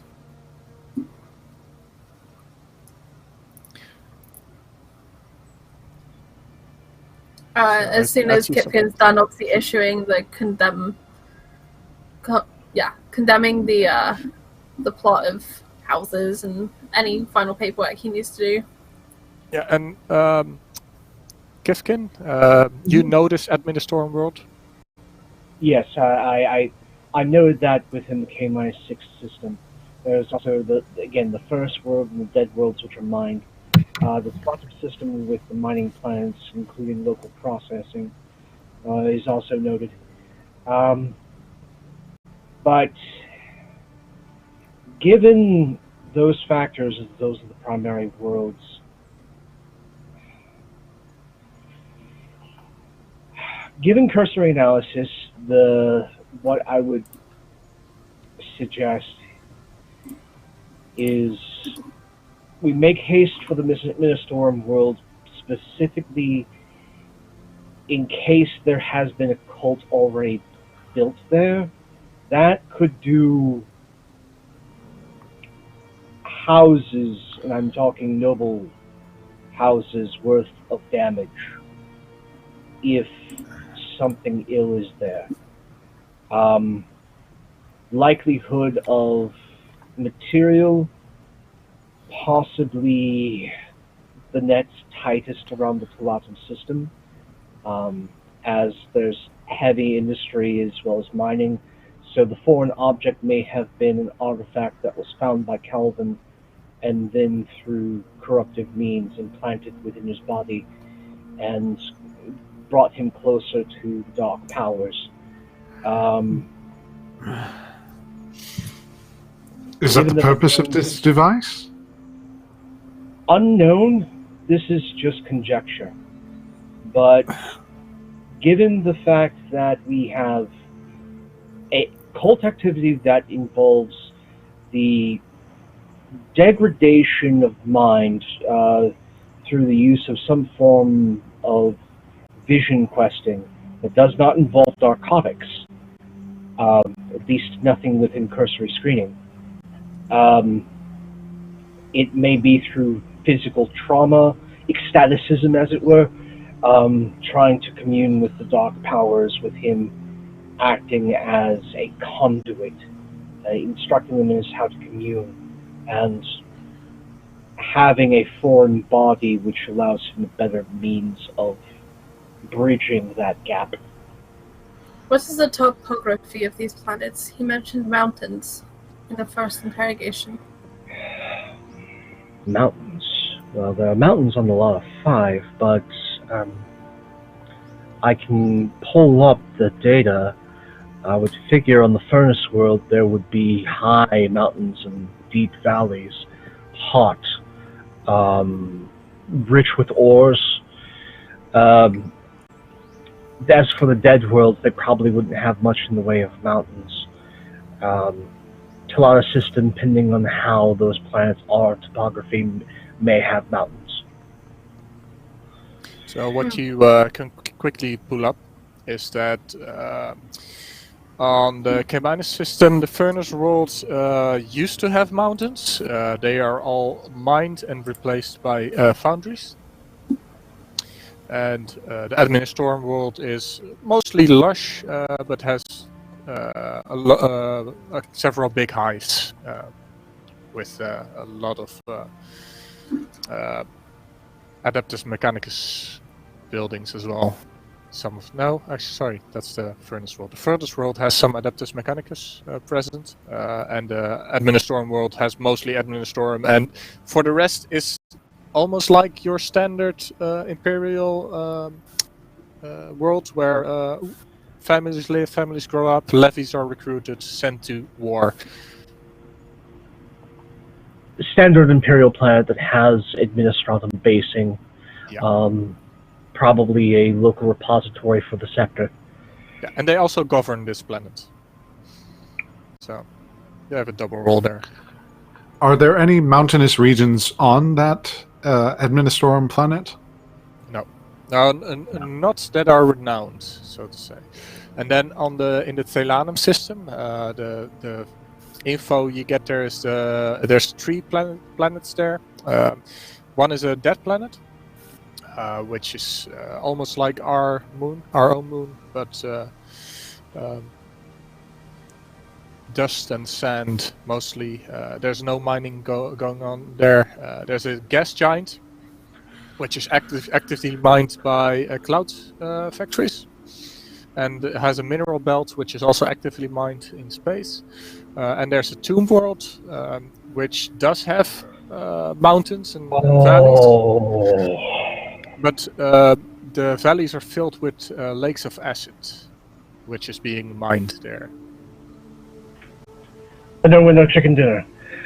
I'm unfamiliar with Tomb this expression. Yes, it's actually something that's recited in the consecration of friars. But the tomb world's probably our best bet. It has high mountains and lakes of acid, explaining some of the burns. Also, the desecration of the tomb world is high heresy. So that's probably where the priority is. Would that be their origin point or their ultimate objective? No. Induction point would probably be a better term if they already have a desecrated mausoleum as a point of base where they could possibly fend out, do their rituals within the lakes of acid, around the holy relics of the buried, both the imperial citizen and the honored dead, would have enough occult is almost talking heresy, by the way, here. Yeah, it would be enough. I mean, is just kind of starting to twitch a little bit. There's a little muscle sticking in the corner of her eye. Not paying attention would be of enough occult significance to channel the energies involved for a chaotic revelation of sorts. Very interesting. I sort of stop him. You know quite a bit about this, Kifkin. These details. Again, as a member of the Administratum, especially when dealing with the official forms of the Officio Assassinorum and the Departamento Immunitorum, in having to read everything, file, copy, one just learns almost practically by osmosis. Yes, that is how heresy corrupts, is it not? It seeps into the cracks, worms its way in. Right? I stepped softly between Kifkin and Stephania and sort of turned to her. Indeed. But this is also the sanctioned worker, the sanctioned acolyte of an Inquisitor. Such knowledge is necessary. In fact, I did reach my third degree of adeptism, which allows me to handle these documents and given proper clearance. But in fact, just on Centennius 3, there is an entire library built around 4 adepts and 1 curator. Why don't that you just join handles me everything. Certainly, after I give the Navigator our course and whatnot, I I'll will go to be expecting you. by all means. Oh. Yes, why don't we both go? And I just grab him by the scruff of his neck and just haul him forward. Vasily, now that he is done with his lecture, very entertaining as it was, why don't you have them believe that we are still intending to go to -6, but set the arrangements in motion for us to go to this planet you have found?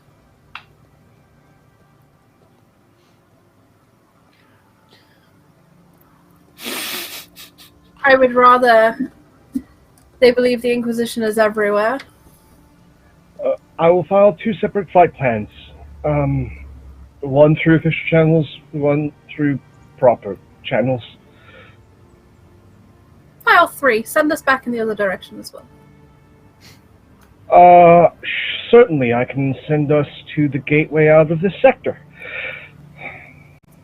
I'm sure that you can make it both ordered and chaotic for anyone who might be misusing our information.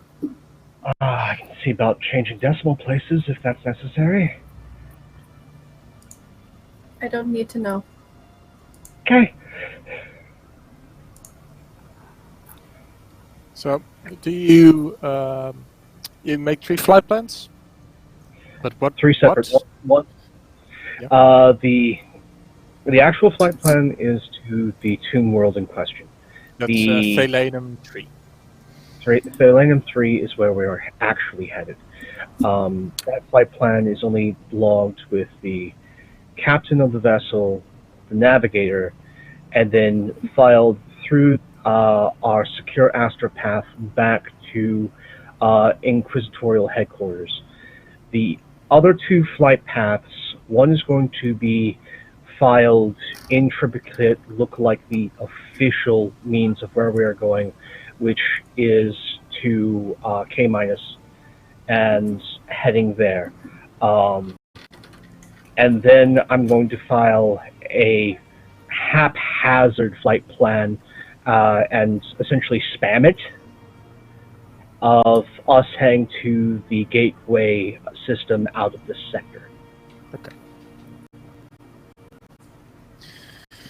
Okay. You're just a little bit of background here. When you want to travel planet to planet, the distances are doable by impulse drive in a system like your regular rocket engines. But when you want to go further, want to go system to system, you're gonna travel the warp. Else it would take months, if not years, to reach another system. The warp is another dimension infested by behemoths, demons, well, everything you can imagine in your wildest dreams. But time travels differently there, and that's what allows ships to travel huge distances without taking too much time. But to do this, you need a navigator, because a navigator is a special type of psyker which can see into the warp without going insane, and can guide you through the streams that take you to the correct system fast without getting lost. The ship itself is protected from the warp by a you know the name. Gellerfield. Also, I believe our particular ship has a warpsbane hull mixed with hexagrammic wards to try and keep the particular nasties at bay. Yeah, exactly. But traveling the warp is never a safe feat, but it gets safe enough with all these extra protections. Your navigator himself is an old man. He has seen a lot. You took him over from the previous Inquisitor, Matilda. But he keeps to himself, and you stay away because his room smells really badly. Like he's like your typical scholar in recluse. It's up to you. Do you just want to send him a message with the system where you want to go, or do you take the news to him personally always?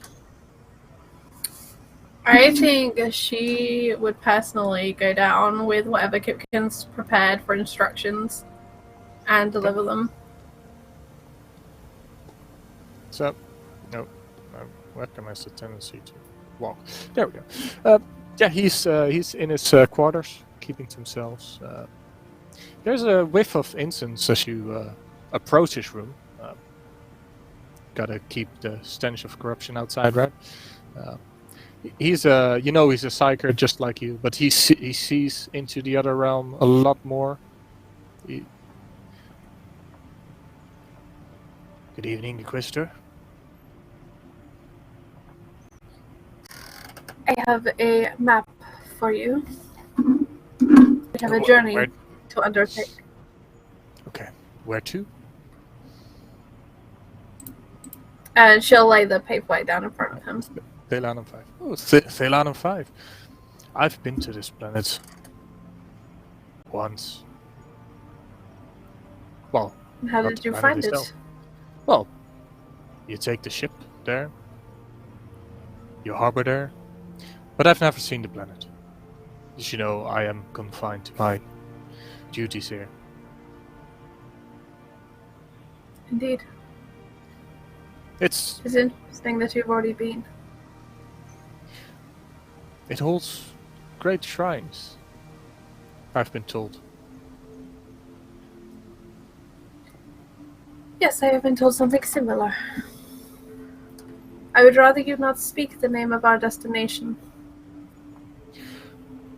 As you The wish. walls have ears. Well, these walls don't have ears.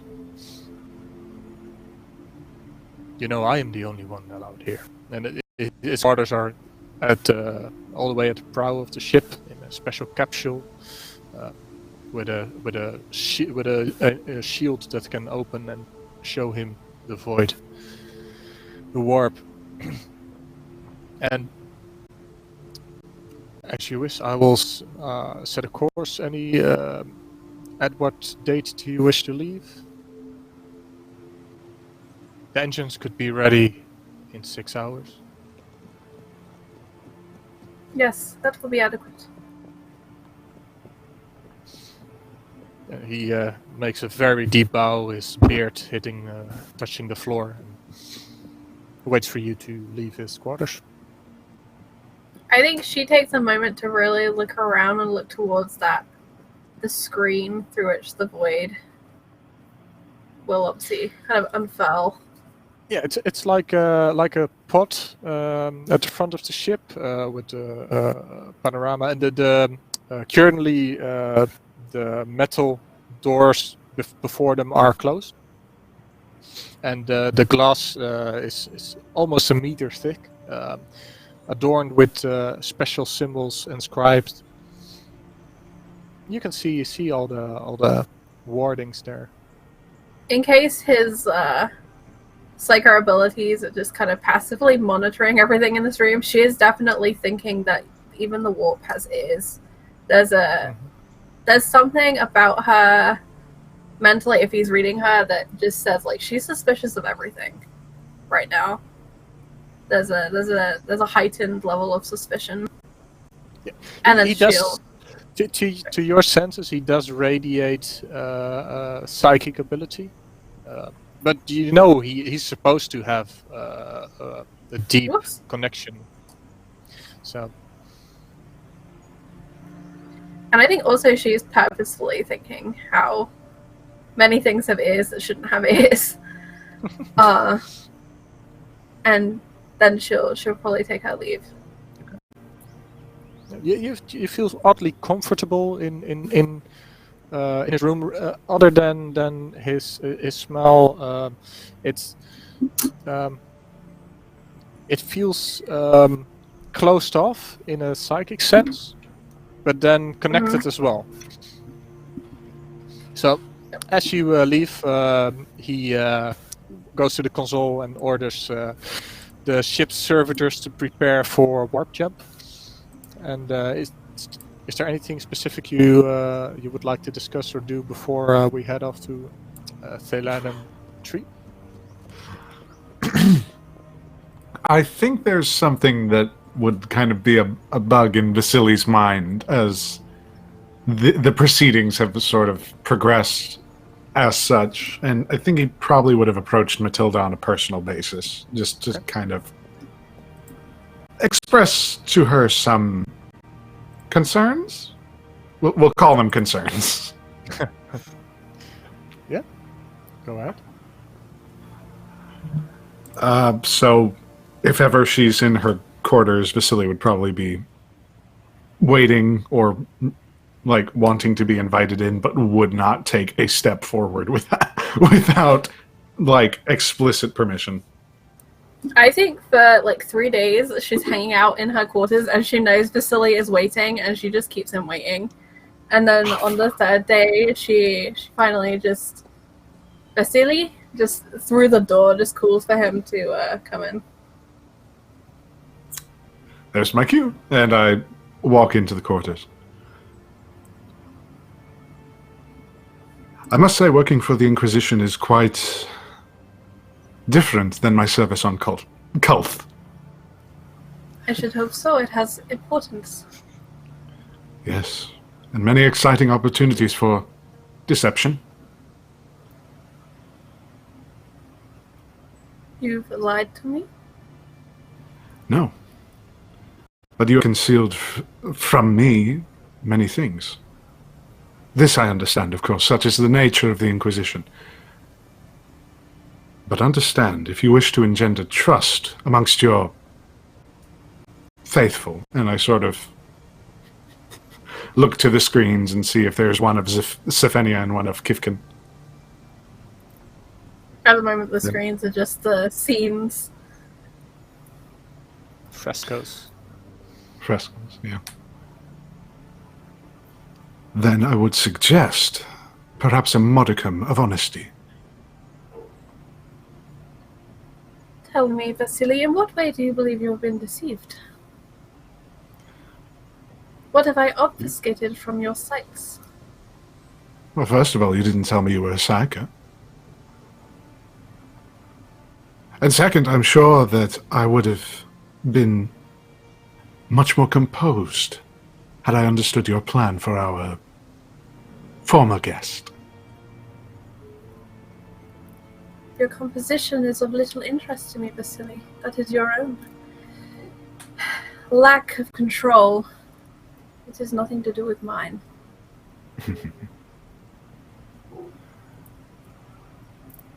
And as for what I am and what I can do,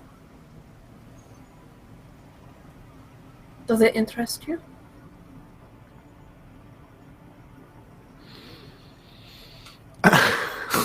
At that, his eyes narrow. I must admit, the opportunities to interact with psychers have been few and far between, for one such as myself. I shall say they are novel. I am pleased to be a quirk that entertains you.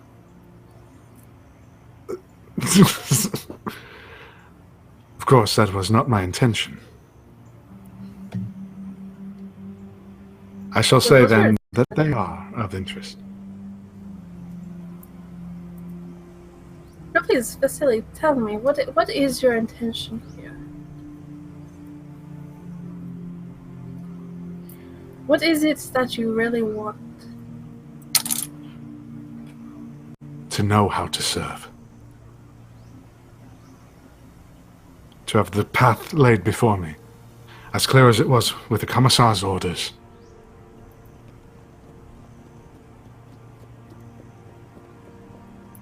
I shall bear that in mind, that you would like things laid out before you.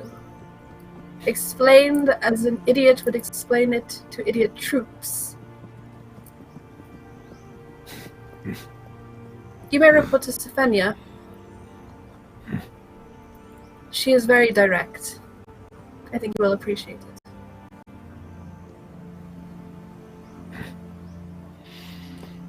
I smile, nod, and take my leave.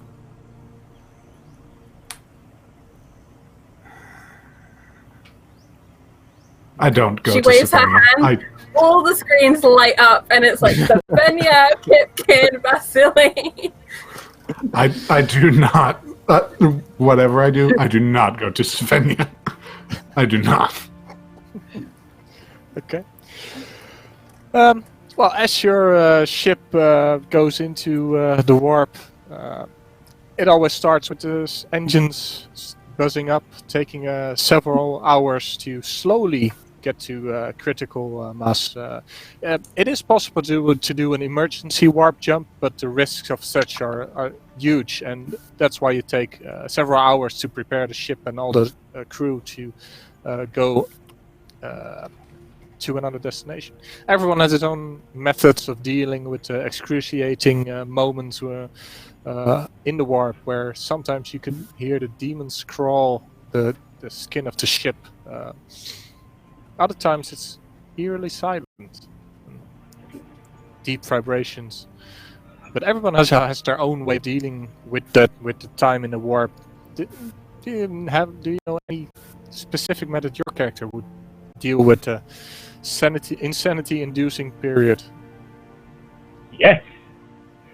If Kipkin was in charge of finding this vessel, there's one specific thing, a mercy, he put in for himself. There's cryostasis pods on board this vessel. Mm-hmm. A couple. And as soon as he hears the warning klaxon that they're going to jump to warp, he immediately drops whatever the hell he's doing and books it for cryostasis. It just gathers himself and then goes, I'm sleeping through this. It's pod door and just go, and he's in cold storage until they need him or they come out of the warp. Sophia? Sophia's in the chapel. She's in the chapel. She's in prayer. She's in simple garments with her sword. And this is her form of scourging herself. She no longer used, the flail is and the whips have gone out of fashion, out of style, except for the most insane. But this is how she scourges herself, is by staying awake and alert as they travel through the warp and in prayer. Flagellation of travel sickness. Yeah, pretty much. Yep. This, she's testing herself. This is how she tests herself. Okay. I think that in addition to just sort of in addition to just sort of walking around the ship, there would actually be at least, because Savinia's in the chapel like 24/7 round the clock kind of thing, right? Mm-hmm. I think If that she's not actually in the dojo, she's in the chapel. one of two places. Yes. To her, they're the same. Yeah. They're only a deck apart. You can just take the lift down. Lift down. Pray, pray, pray. Lift up. Shoot, shoot, shoot. All right. It's a formal portion. Yeah. I think if there's like a small sort of like back area or like the back pew of the chapel that's sort of large enough, I think that Vasily each day would be there, but only for long enough for him to conduct a literal like full maintenance of his weapons. Like he would fully deconstruct his flamer for as much as possible, check the fuel levels, make sure that they're like continually filled to the brim, reassemble, and then just go about his day. Same thing with his chainsword, and if ever Sophenia was with him during this process, I think he'd probably like look at her and want to pick her brain, but not say anything unless invited to. Basically, every time you walk in and out of the chapel, you pass her in prayer. Yeah. She would look up at you, and if she notices that you're doing weapon maintenance, she would nod in approval, and may actually come join you. She's got, with her sword, doing the sharpening on it, maintenance on her Hellgun. They don't always understand that this too is prayer. I look to like a canister of flamer fuel and look to Sophenia.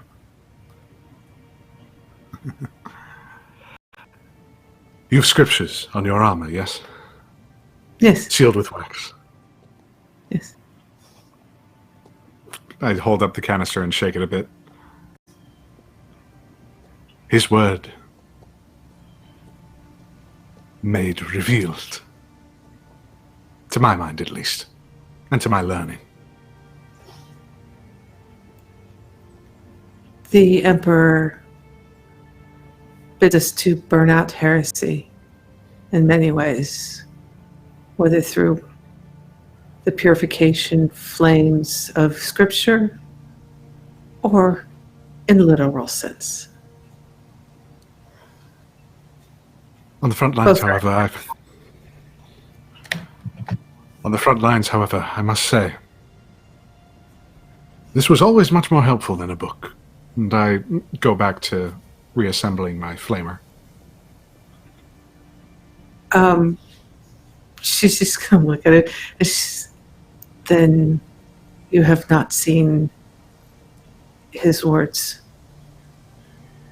put to proper use on the battlefield. Perhaps not. I shall demonstrate for you sometime, if you would like to see it. Not without cause. I certainly hope so. I am sure we will find cause at some point. I secure like a full canister of the fuel to the reassembled flamer. If all else fails, of course, should be happy to supplement your teachings.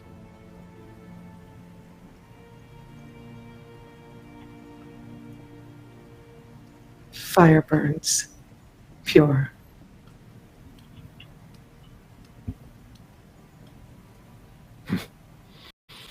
Pure and true. And I just sort of walk out of the chapel. All right. And how does Matilda spend her time traveling the warp? I think Matilda spends most of her time in her room, which generally just exudes this aura of do not disturb. She, I think, most of the time is doing what she can to mentally shield herself from the warp, from the voices and thoughts of the others on the ship, doing what she can instead of channeling that white noise, instead just to block out and try and achieve silence, and strengthen her own defenses against the backlashes of being a psyker. But I think at some point she would want to glimpse into the warp, because knowing one's enemy is the first step. And she would use her ability walk the warp. And I think she would drift down to the Navigator's room. And she is curious as much as anything if the Navigator is going to stop her. Okay. It's almost a battle of wills with the Navigator. Will you notice the psyker wandering into your bedroom? But also, am I strong enough to glimpse the void? You can first roll me willpower to see if you can actually move your senses away from your body. Let's have a look. So what this ability basically does is 17. Oh, yeah, that's enough. It allows you to move your mind into you can into another realm, one only inhabited by psychers, demons, and pretty much what the warp is made of. But normally it's not. You see it like a limbo, like a shade across the world. And as you do so, the first thing you notice is that while the walls themselves are like half ethereal, there's this golden aura around the ship, impenetrable to your sight. And even as you move down to the Navigator's room, the shielding is also around his dome. You can attempt to force it, but you know you would risk compromising the entire ship. I think she would be nearly tempted. It's probably not the first time she's done this. Yeah, this has been, especially like this specific journey, she's really been like pushing her limits to make sure she's as strong as she can be. And in a way, Vasily attempting to challenge her has kind of pushed her to really do her training as well. And I think, for the sake of the drama and for her mindset, that she is gonna try. She wants to see her demons. Okay, you can. I will allow it. It will cost you a hero point just to be able to do it, and you want to look inside what the navigator is seeing, right?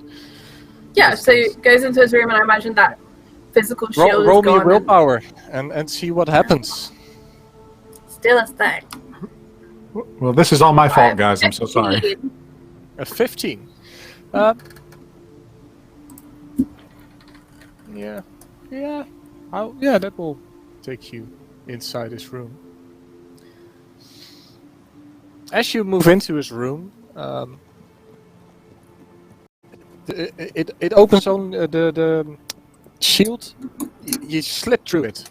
Only your mind does, of course. Your body is still inside of the captain's quarters, and you see this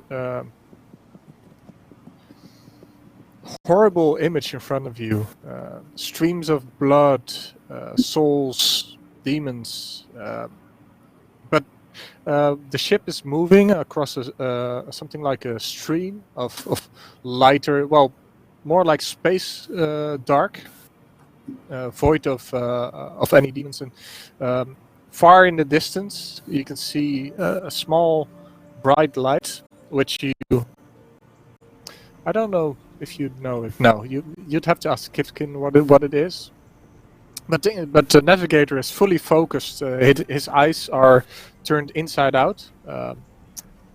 He didn't even close his eyelids to look out. And his head is aimed straight at his beacon, which is slightly to the side, while his hands are plugged into the controls of his chair as he guides the ship through the warp. And he does notice you, and you can roll me a perception. Sure will. 7 plus 10 is 17. 17. You do notice a little bleeding on his nose, but other than that, he sits still and keeps staring. Seeing the physical expression of a strain, is there anything that Matilda could do to bolster his strength, channel the Emperor's righteousness to help lessen the burden he's facing? The only things you have trained at have been offensive of nature, and in this way the extra body experience as well. You could try, but you have never attempted anything such as that. Mm-hmm. I think she would return to her body, and then maybe the next day she would wander down to that door, kind of lay her hand on it, smell that incense, and I think there would just be that internal wish of being able to help. But I don't think she believes it valuable enough at this point to go that far. Okay. It's too big a risk when we have too important a job to do at this point. But I think it's opened something up inside of her head of, I can go further. Yeah. Okay. As you leave the warp on the next day, the shields that were in front of the bridge's openings and the cameras open, and you see in front of you Thalanum tree, which is a world covered in mountains with all the valleys filled with acid. The ship enters normal subspace. Is that the correct word? I think it is. Subspace drive. And there's a spaceport orbiting the planet. And there's several medium-sized freighters loading there with smaller vessels from the planet bringing up materials. You said you wanted to go to the Navigator.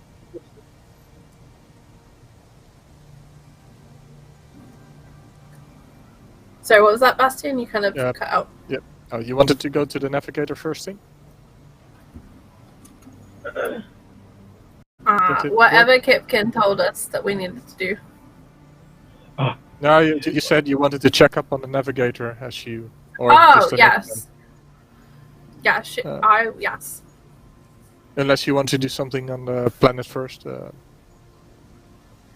I think the most important thing from Matilda's perspective is to kind of be relatively stealthy if we can, to avoid showing up on literally everyone's radar. Okay. Well, the spaceport knows you entered orbit, and you will all of you will be informed that the ship is being hailed by the space station.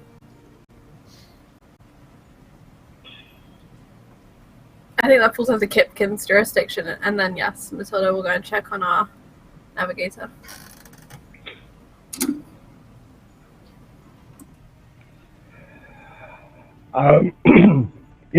Yes, Philatum 3 Port Authority. This is the transport vessel Emperor's Sun, designation 313-2-0-1111. We are here as part of a internment onto Philatum 3. We have 6 bodies to inter. We seek to be on station here above the planet for no less than 4 days, no more than a month, as services, plots are negotiated, and everything is put to rest. Kivkin, has anyone told you you're an absolute wordsmith? Words are the only thing I can smith. After a few moments of static, you'll hear a voice on the other end of the comm link. Greetings, Emperor's Son. You are cleared for mooring at port 5. Proceed standard protocol.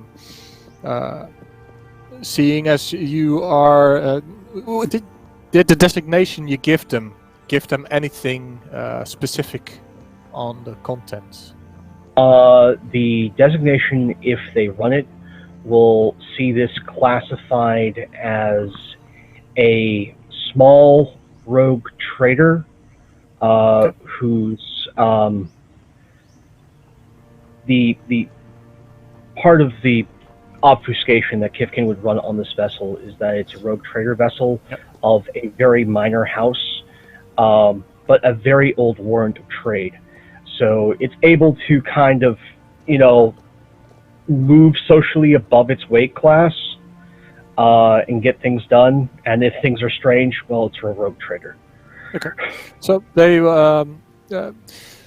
just keep in mind that all the cargo being transferred here is of chemical nature, and any crew coming on land are advised to wear gas masks if they come close to any transfer terminals.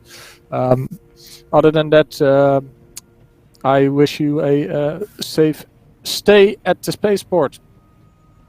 Thank you, Philatum 3 Control. And may the light of the Emperor guide us both.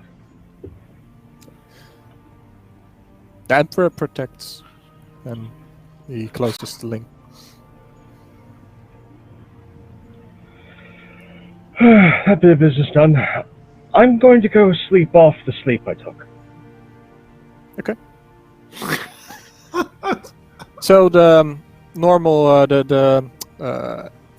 fleet crew easily navigates the ship to the mooring point, and within an hour you are safely docked at the space station.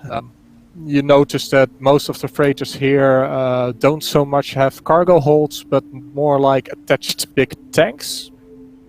And some of them get tanks from the local ships, and others are just being filled from huge external tanks on the spaceport. station. Spaceport is on the ground. So, how would you like to proceed? How is our navigator when I go and check on him?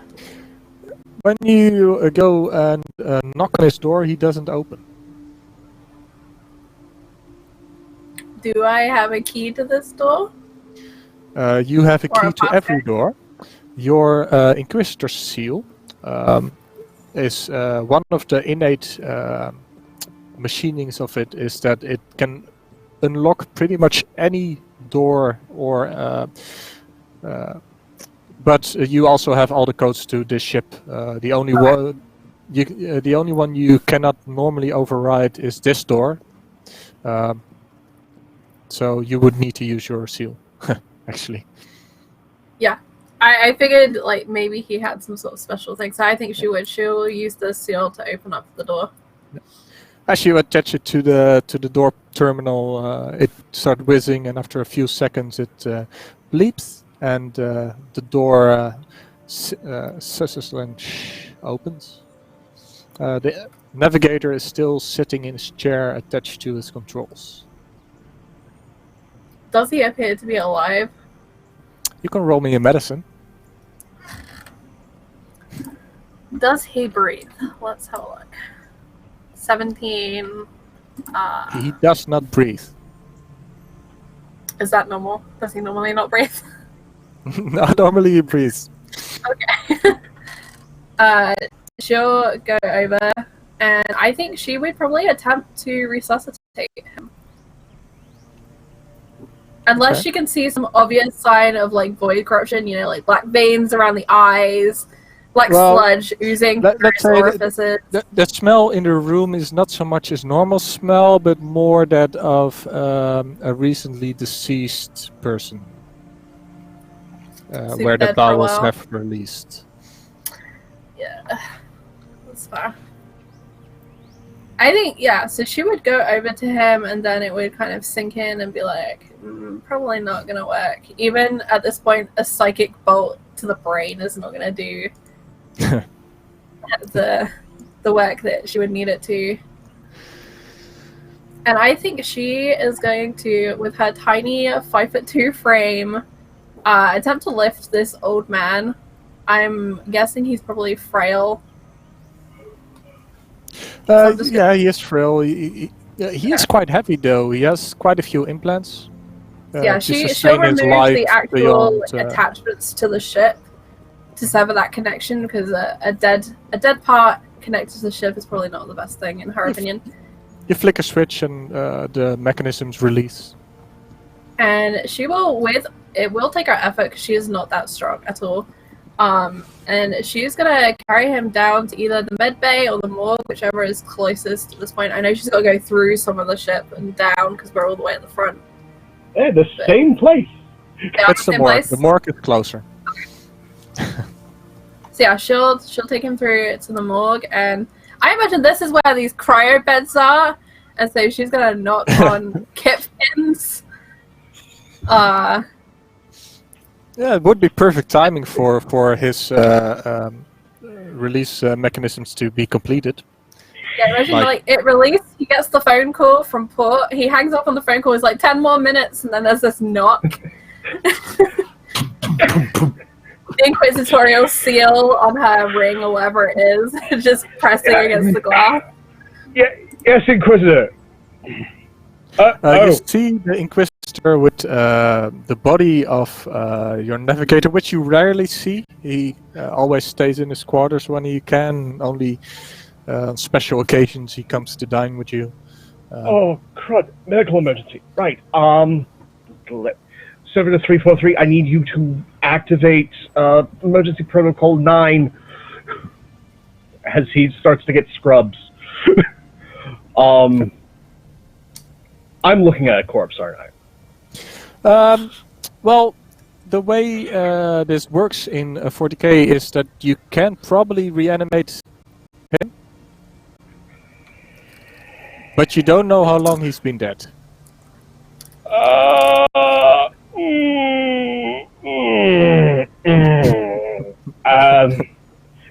This is one of those times where he's going to hold on to that information and not tell the Inquisitor, and just like, I'm sorry, even my skills can't bring him back. Actually, getting a good look at him. It's dead.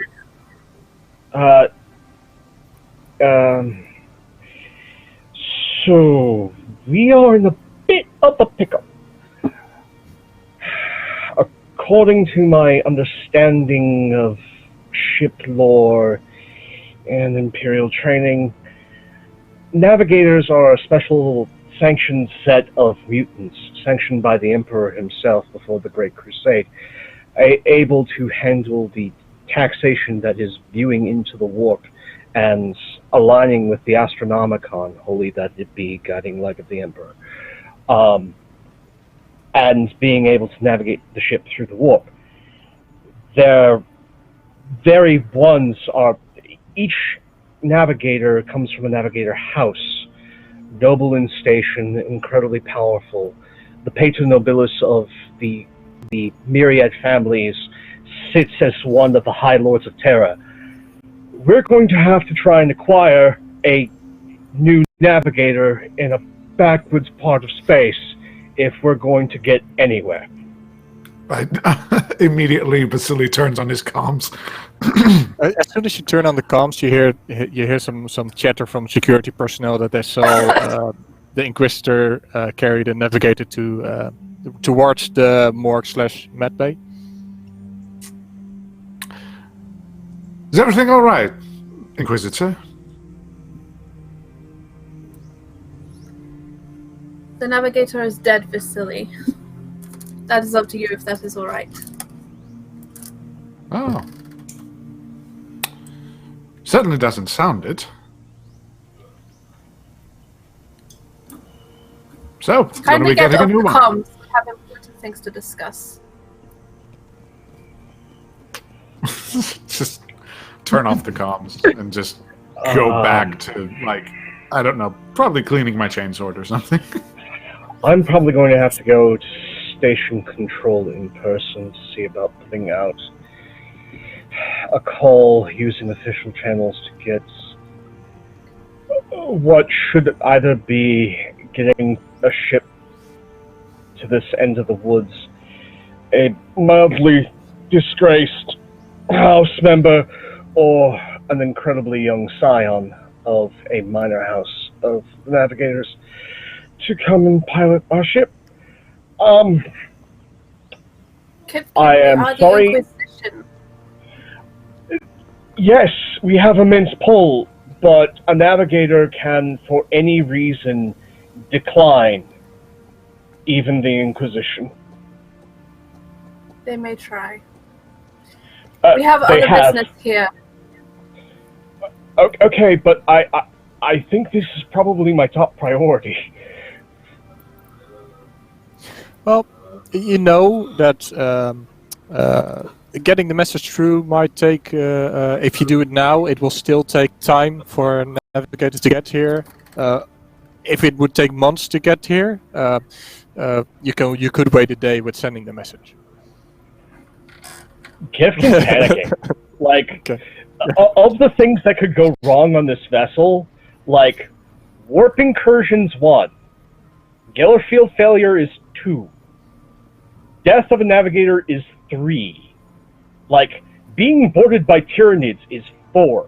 Death of a Navigator is now my band name, by the way. Like, Yes. we are, for all intents and purposes, stuck in this section of space until we get a new Navigator. Well, at least your ship is. Hey, good news. At least we made it this far. Yeah. So you would say that we're dead in the water. More than dead, like beyond dead. Yeah, Sylvania does get the comms as well, so. Yeah. Sylvania is, she comes out of either the dojo or the chapel as soon as she's heard, and as soon as she sees the security personnel and any non-servitor staff aboard the ship doing this, and it's like, nuh-uh. So she's imposed. Yeah. She's like, excuse me, we are discussing the Inquisitor's business in the hallways of the ship. We are here to serve, miss. Then serve. You are not required to speak to serve. Yes, of course.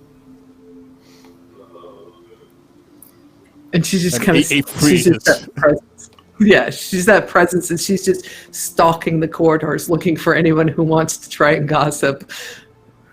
As soon as you had that first encounter, anyone you encounter is like, as soon as there's dead silent now. Like, everyone goes silent in a wave motion. Better. And then she'll go to the med bay to see if she can offer her services as a sister for the body. No, To say could do, prayers. The prayers, give him the.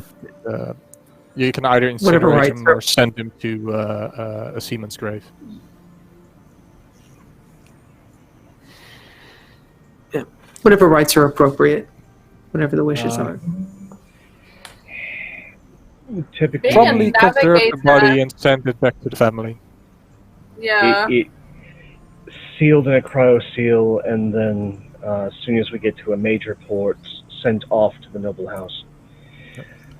Unless there are specific designations found in his will and testament in his room, it's usual standard procedure. It's either that or emergency procedure is incineration.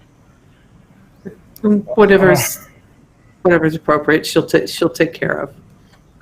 First, I'll do the She'll be- filing, then I'll search his room. But by all means, he's hopefully with the Emperor now. But I have to go and put on robes and put on unctions and make myself look wealthy. I have a lot of paperwork to file. Do you not wish to perform an autopsy on the Navigator? That will not help us post-haste. If need be, after the sister is done with prayers, he can go into cryo to Station 2-4. That'll put him on the ice deep enough that there shouldn't be any degradation. Have a but- servitor look over him. Scan for will any do. immediate threats. He was connected to the ship, after all. Cogitators typically have a clampdown protocol should something that is attached die, to shunt it, essentially shut down everything off. If you found him in his room, there probably, if there had been a problem, steam would have been erupting from cabling. If it was just calm and quiet, everything should be fine. Kipkin, we live in troubling and challenging times. Have a servitor scan him, and then you may cryo him. All right, 343, perform autopsy procedure A-Mark 2. So, on the spaceport, space station, I need to put that in my mind.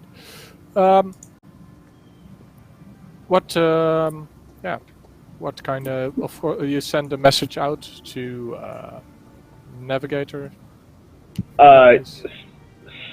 Sending formal type letter, High Gothic Imperial Code. So anyone who speaks Low Gothic doesn't know this from Latin, because it is. Mm-hmm. To the gathered families of the Greater Power Familius and Navigator houses, I, Kifkin Severus Dracon, Adept, First Class, serving within the ranks of in the Inquisition, do hereby request a navigator for the piloting of the great ship, the Emperor's Son. stationed post-haste with full compensation to family and persons involved. Compensation will be forthwith, but the permanent stationing is what is requested, not temporary sanction. Please respond with all post-haste. Sincerely yours, Kifkin Dracon. Desecration, etc. Yeah. All right. A few more post-hastes might be prudent to include. I have to obscure things and let them know only by navigational code where we are, or we'll get no responses. Fair enough.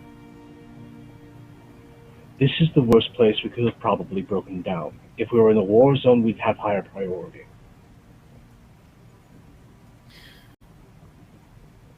So, on this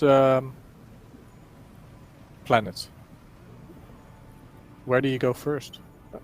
Well, of course, you sent a message. Will take some time to get a response. Long-distance messages are transmitted by astropath, which is also a sanctioned psyker, but of lower risk.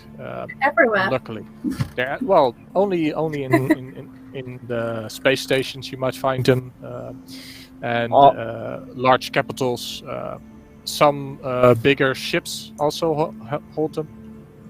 Yeah, And the Inquisitor for her part is not that worried about finding a new navigator.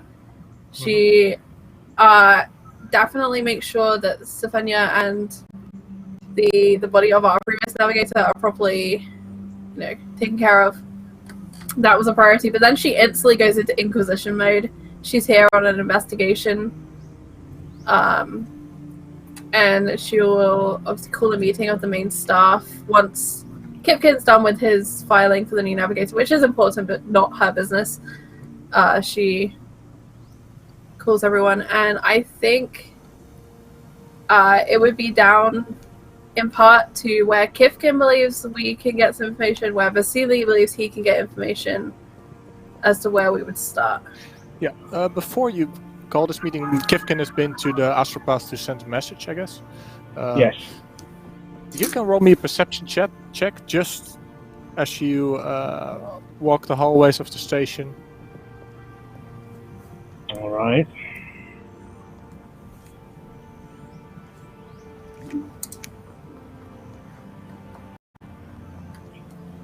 $19. One thing you notice is, well, a lot of the workers here, they wear hazmat and gas masks. If they're not, most of them hold their gas masks under their arm because these are the normal hallways and not the work, the dangerous areas. And those that do have the same tattoo in their neck as the cultists.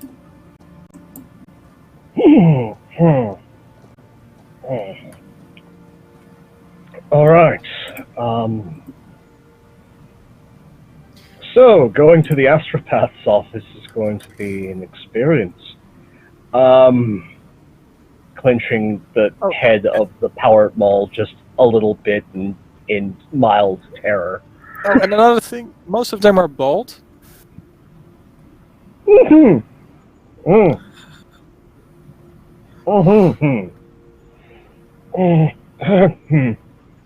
wrong.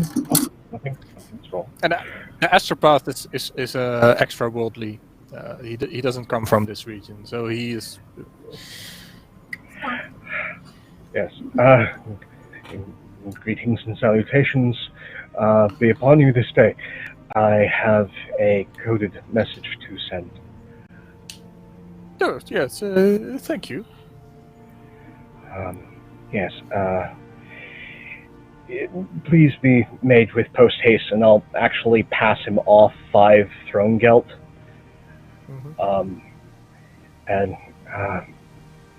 So, have you served long on this station? I've years now. Yeah, just sending messages off. Oh, okay. Anything of recent notes? Any mishaps? No. Well, there was yesterday. There was well, no, last week. I don't remember. There was like a flash, but other than that, no. Flash? Yeah, you know when what is your designation? What is your clearance? I have inquisitorial sanction, as well as clearance for the Assassinato forms designation A through D. He types. Assume. Oh, yes. Whenever a navigator dies. Yes, but Don't worry, these rooms are sealed. Only my messages go through. that's why this form is being filed. Ah, okay. Should I emphasize the designation? Please. Okay. Thank you so much for your time. He writes it down in script. There's no computers here. Yeah. Okay. And thank you so much for your time, your effort, and service. The Emperor protects. He always does. Thank you. We will see.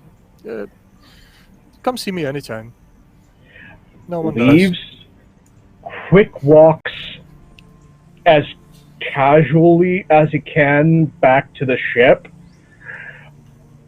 but he can't conceal just like the mild panic in his eyes. And just and then soon as the doors close behind him as he gets on the vessel, you have never seen a more awkward run in full robes than as he is booking it to the Inquisitor's chambers.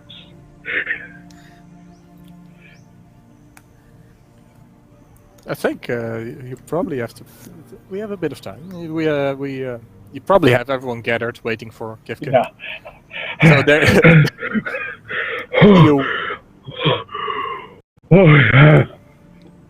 Okay. Running. That's. I'm not used to that. Okay.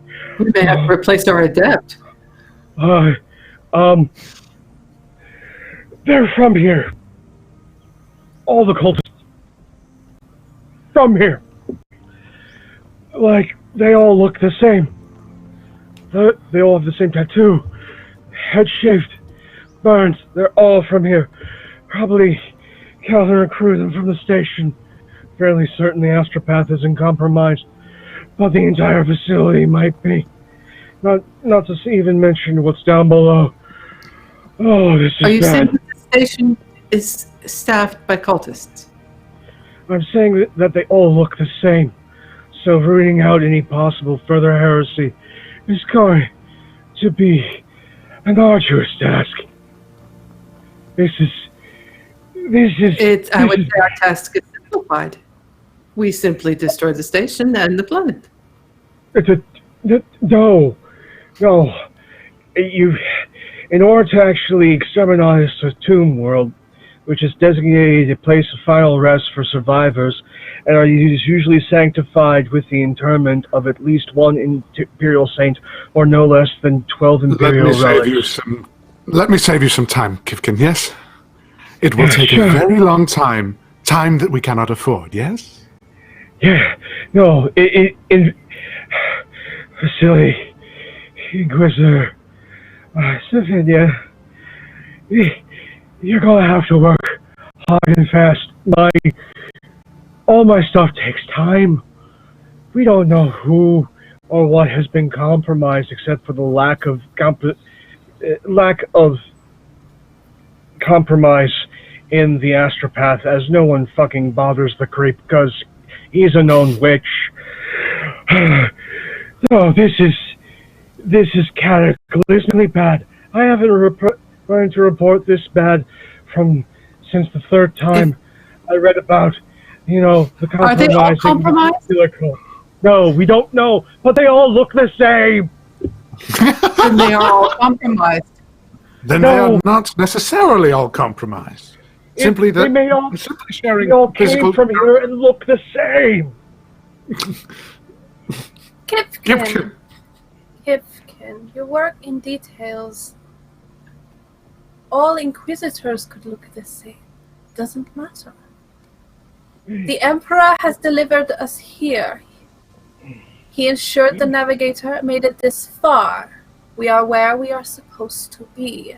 He died a week ago. I can tell you that much. Kifkin. Enough. Okay.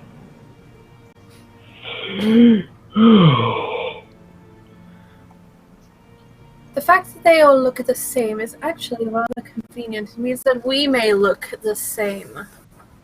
The devil within, the devil without, and the devil beyond doesn't matter.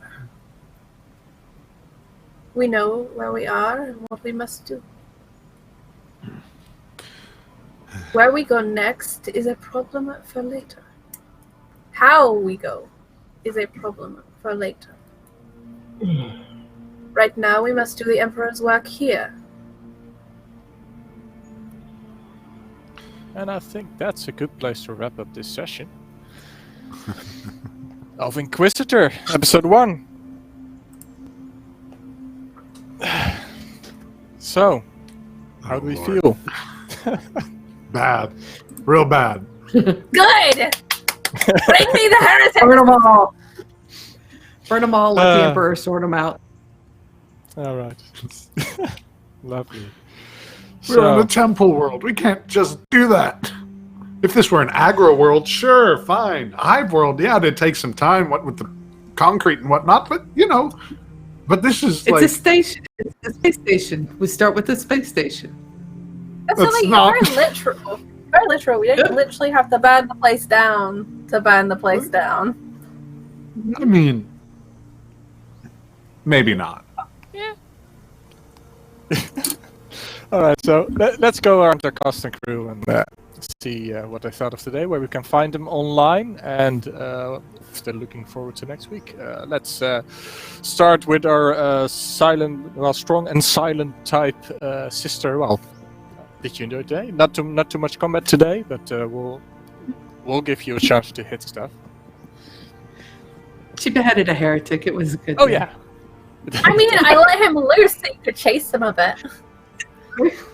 There wasn't much chasing. It was, oh, hey, I'm destroying it. No, I told him to my run name is- fast.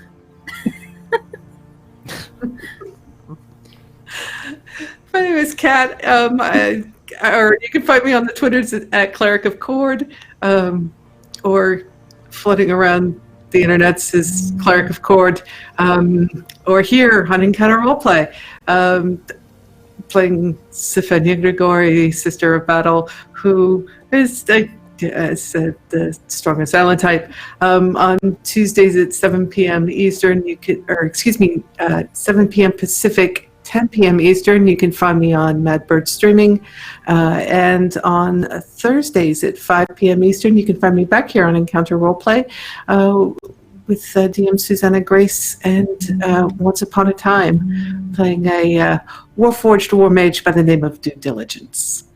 And this Wednesday, I will be on the Scraticus channel with Cypher Game. I'm loving this. I'm loving 40K. This is fun. This is fun. Burn them all. Yeah, burn them all. And Sifenia is sometimes just- a bit less. I like this very straightforward, very... You're the most sane person in the party, I think. I don't know about that, but... Yes, the one who said they look the same, therefore kill them all. That's Yeah. the sane one. Yeah, exactly. So 40K probably. Okay, let's, for let's 40K. go over awesome. to let's go over to Pope World Build. Did you change your name last week, or? Yes. January is the season of rebranding. As I move towards getting things in order to launch my own channel at probably the end of February. So look out for that later. But yes, I am Pope. You can find me on Twitch at WorldBuild, or you can find me on the Twitters at Pope WorldBuild. This was a lot of fun. Kifkin is losing his goddamn mind. He thinks like, okay, first one, not bad at all. We just tracked down the cult. Okay, we don't know who's a cultist, who's not. We are without a navigator. He died a week ago, and we somehow coasted in. Like, the level in the warp. yeah, but the level of doomed just screaming in his head it is immense. And no, this has all been great. Just between Vasily trying to find his place in all of this, Matilda just pushing the envelope constantly, and Safenia being just that wall of intimidation and faith. As for where you can find me, I will be on Tales from the Grim Wednesday night at around 7, I believe 8 p.m. for May Black Roses Bloom, which you will catch me in the chat for that this evening, around 7 or 8. And by all means, tune in next week as we see just how deep the hole goes. We'll find out next week. Jason, did you enjoy today? Where can we find you online? Yeah, find me at Just Jason, please. That's PLS on Twitter. Just find me wherever I may roam, I suppose. I'll be on Susanna Grace's channel next week on Tuesday. Not this coming Tuesday, but next week for the Grains of Truth campaign. If you haven't already seen for that campaign specifically, Rachel Denton, friend of many channels, I believe. I don't know if she's been on Encounter yet, but she will be coming aboard next session and has done some fantastic portraits of the main characters, all of which have just consistently blown us all away. For this game, however, this is just fantastic. I was so glad to finally sort of pick the brain of Matilda to get a sense for Safenia and to really see how Kifkin operates when in his element and out of it. I'm really looking forward to seeing how Vasily kind of settles into the group, especially now that the time for burning might be nigh. So let's see what the Emperor has in store for all of us. Yeah, thank you. Charlie? I think my favorite part of the entire game was the horror on Pope's face, as I was like, yeah, I want to go look at the warp. Just the utter terror and like violated expression. Anyone who's watched me play Warhammer anywhere else knows I'm the queen of bad ideas. I snorted the warp stone. I looked through the cursed book. But I like to think Matilda doesn't just do things for the sake of it. She's definitely working on getting stronger, and you don't question an Inquisitor. They have a special brand of madness that is required to do what they've got to do and to live with the horrors that they have to live with. You can find me... Sorry, go ahead. I will say that final speech that you gave at the end, Vasily kind of finally clicked in the head, and it's like, oh, this is what we're doing now. Okay. And the future's trivial. That's okay. Yeah. The future's a problem for later me. You can find me at Frost from Fire on Twitter.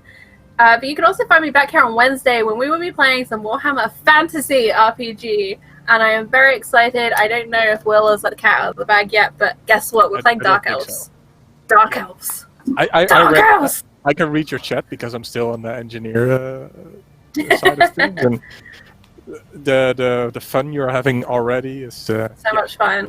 And we're bringing back Panda and Pruitt and Jim fucking Davis-son and Will, of course, and Cherry, and I am very excited to get going on Wednesday. But I love this. I love being here on Mondays. I'm in awe of Pope and Jason for their knowledge of this world. of Kat for how she is just embracing the role of a sister of battle. It reminds me of Yidris, but also like this is going deep. This is going to the next level, and it's just awesome.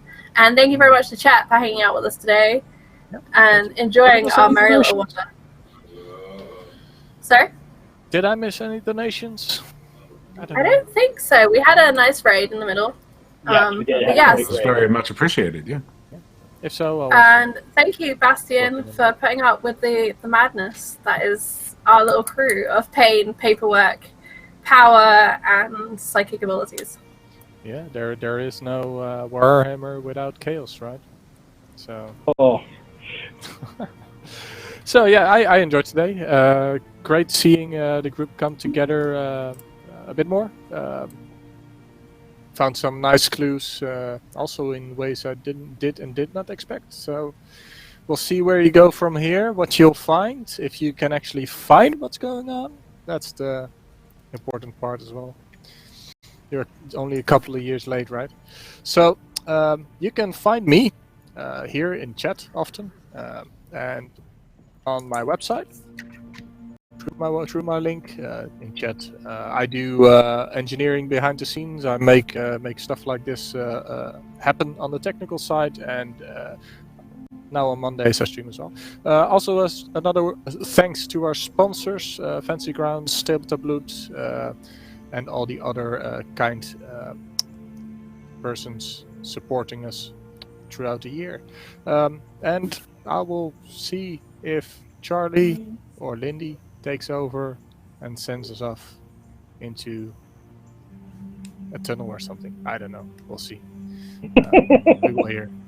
We will see you all next week. Normally, see if I'm engineering, I just say wave and then they swap over. So let's do that. See if Lindy is. Let's see if or the wave technique works. I might actually be the one having to push the button. I can actually go and push the button now.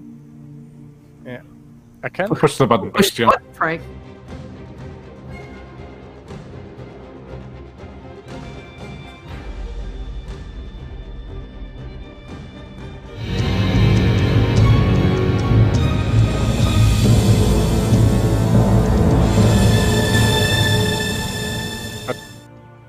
We might go back actually. Yeah. Did we just? Yeah, we came back online. Hi, we're still here. So. No, that's me. We missed you so much we had to come back. Yes, obviously. can't get rid of us that easy.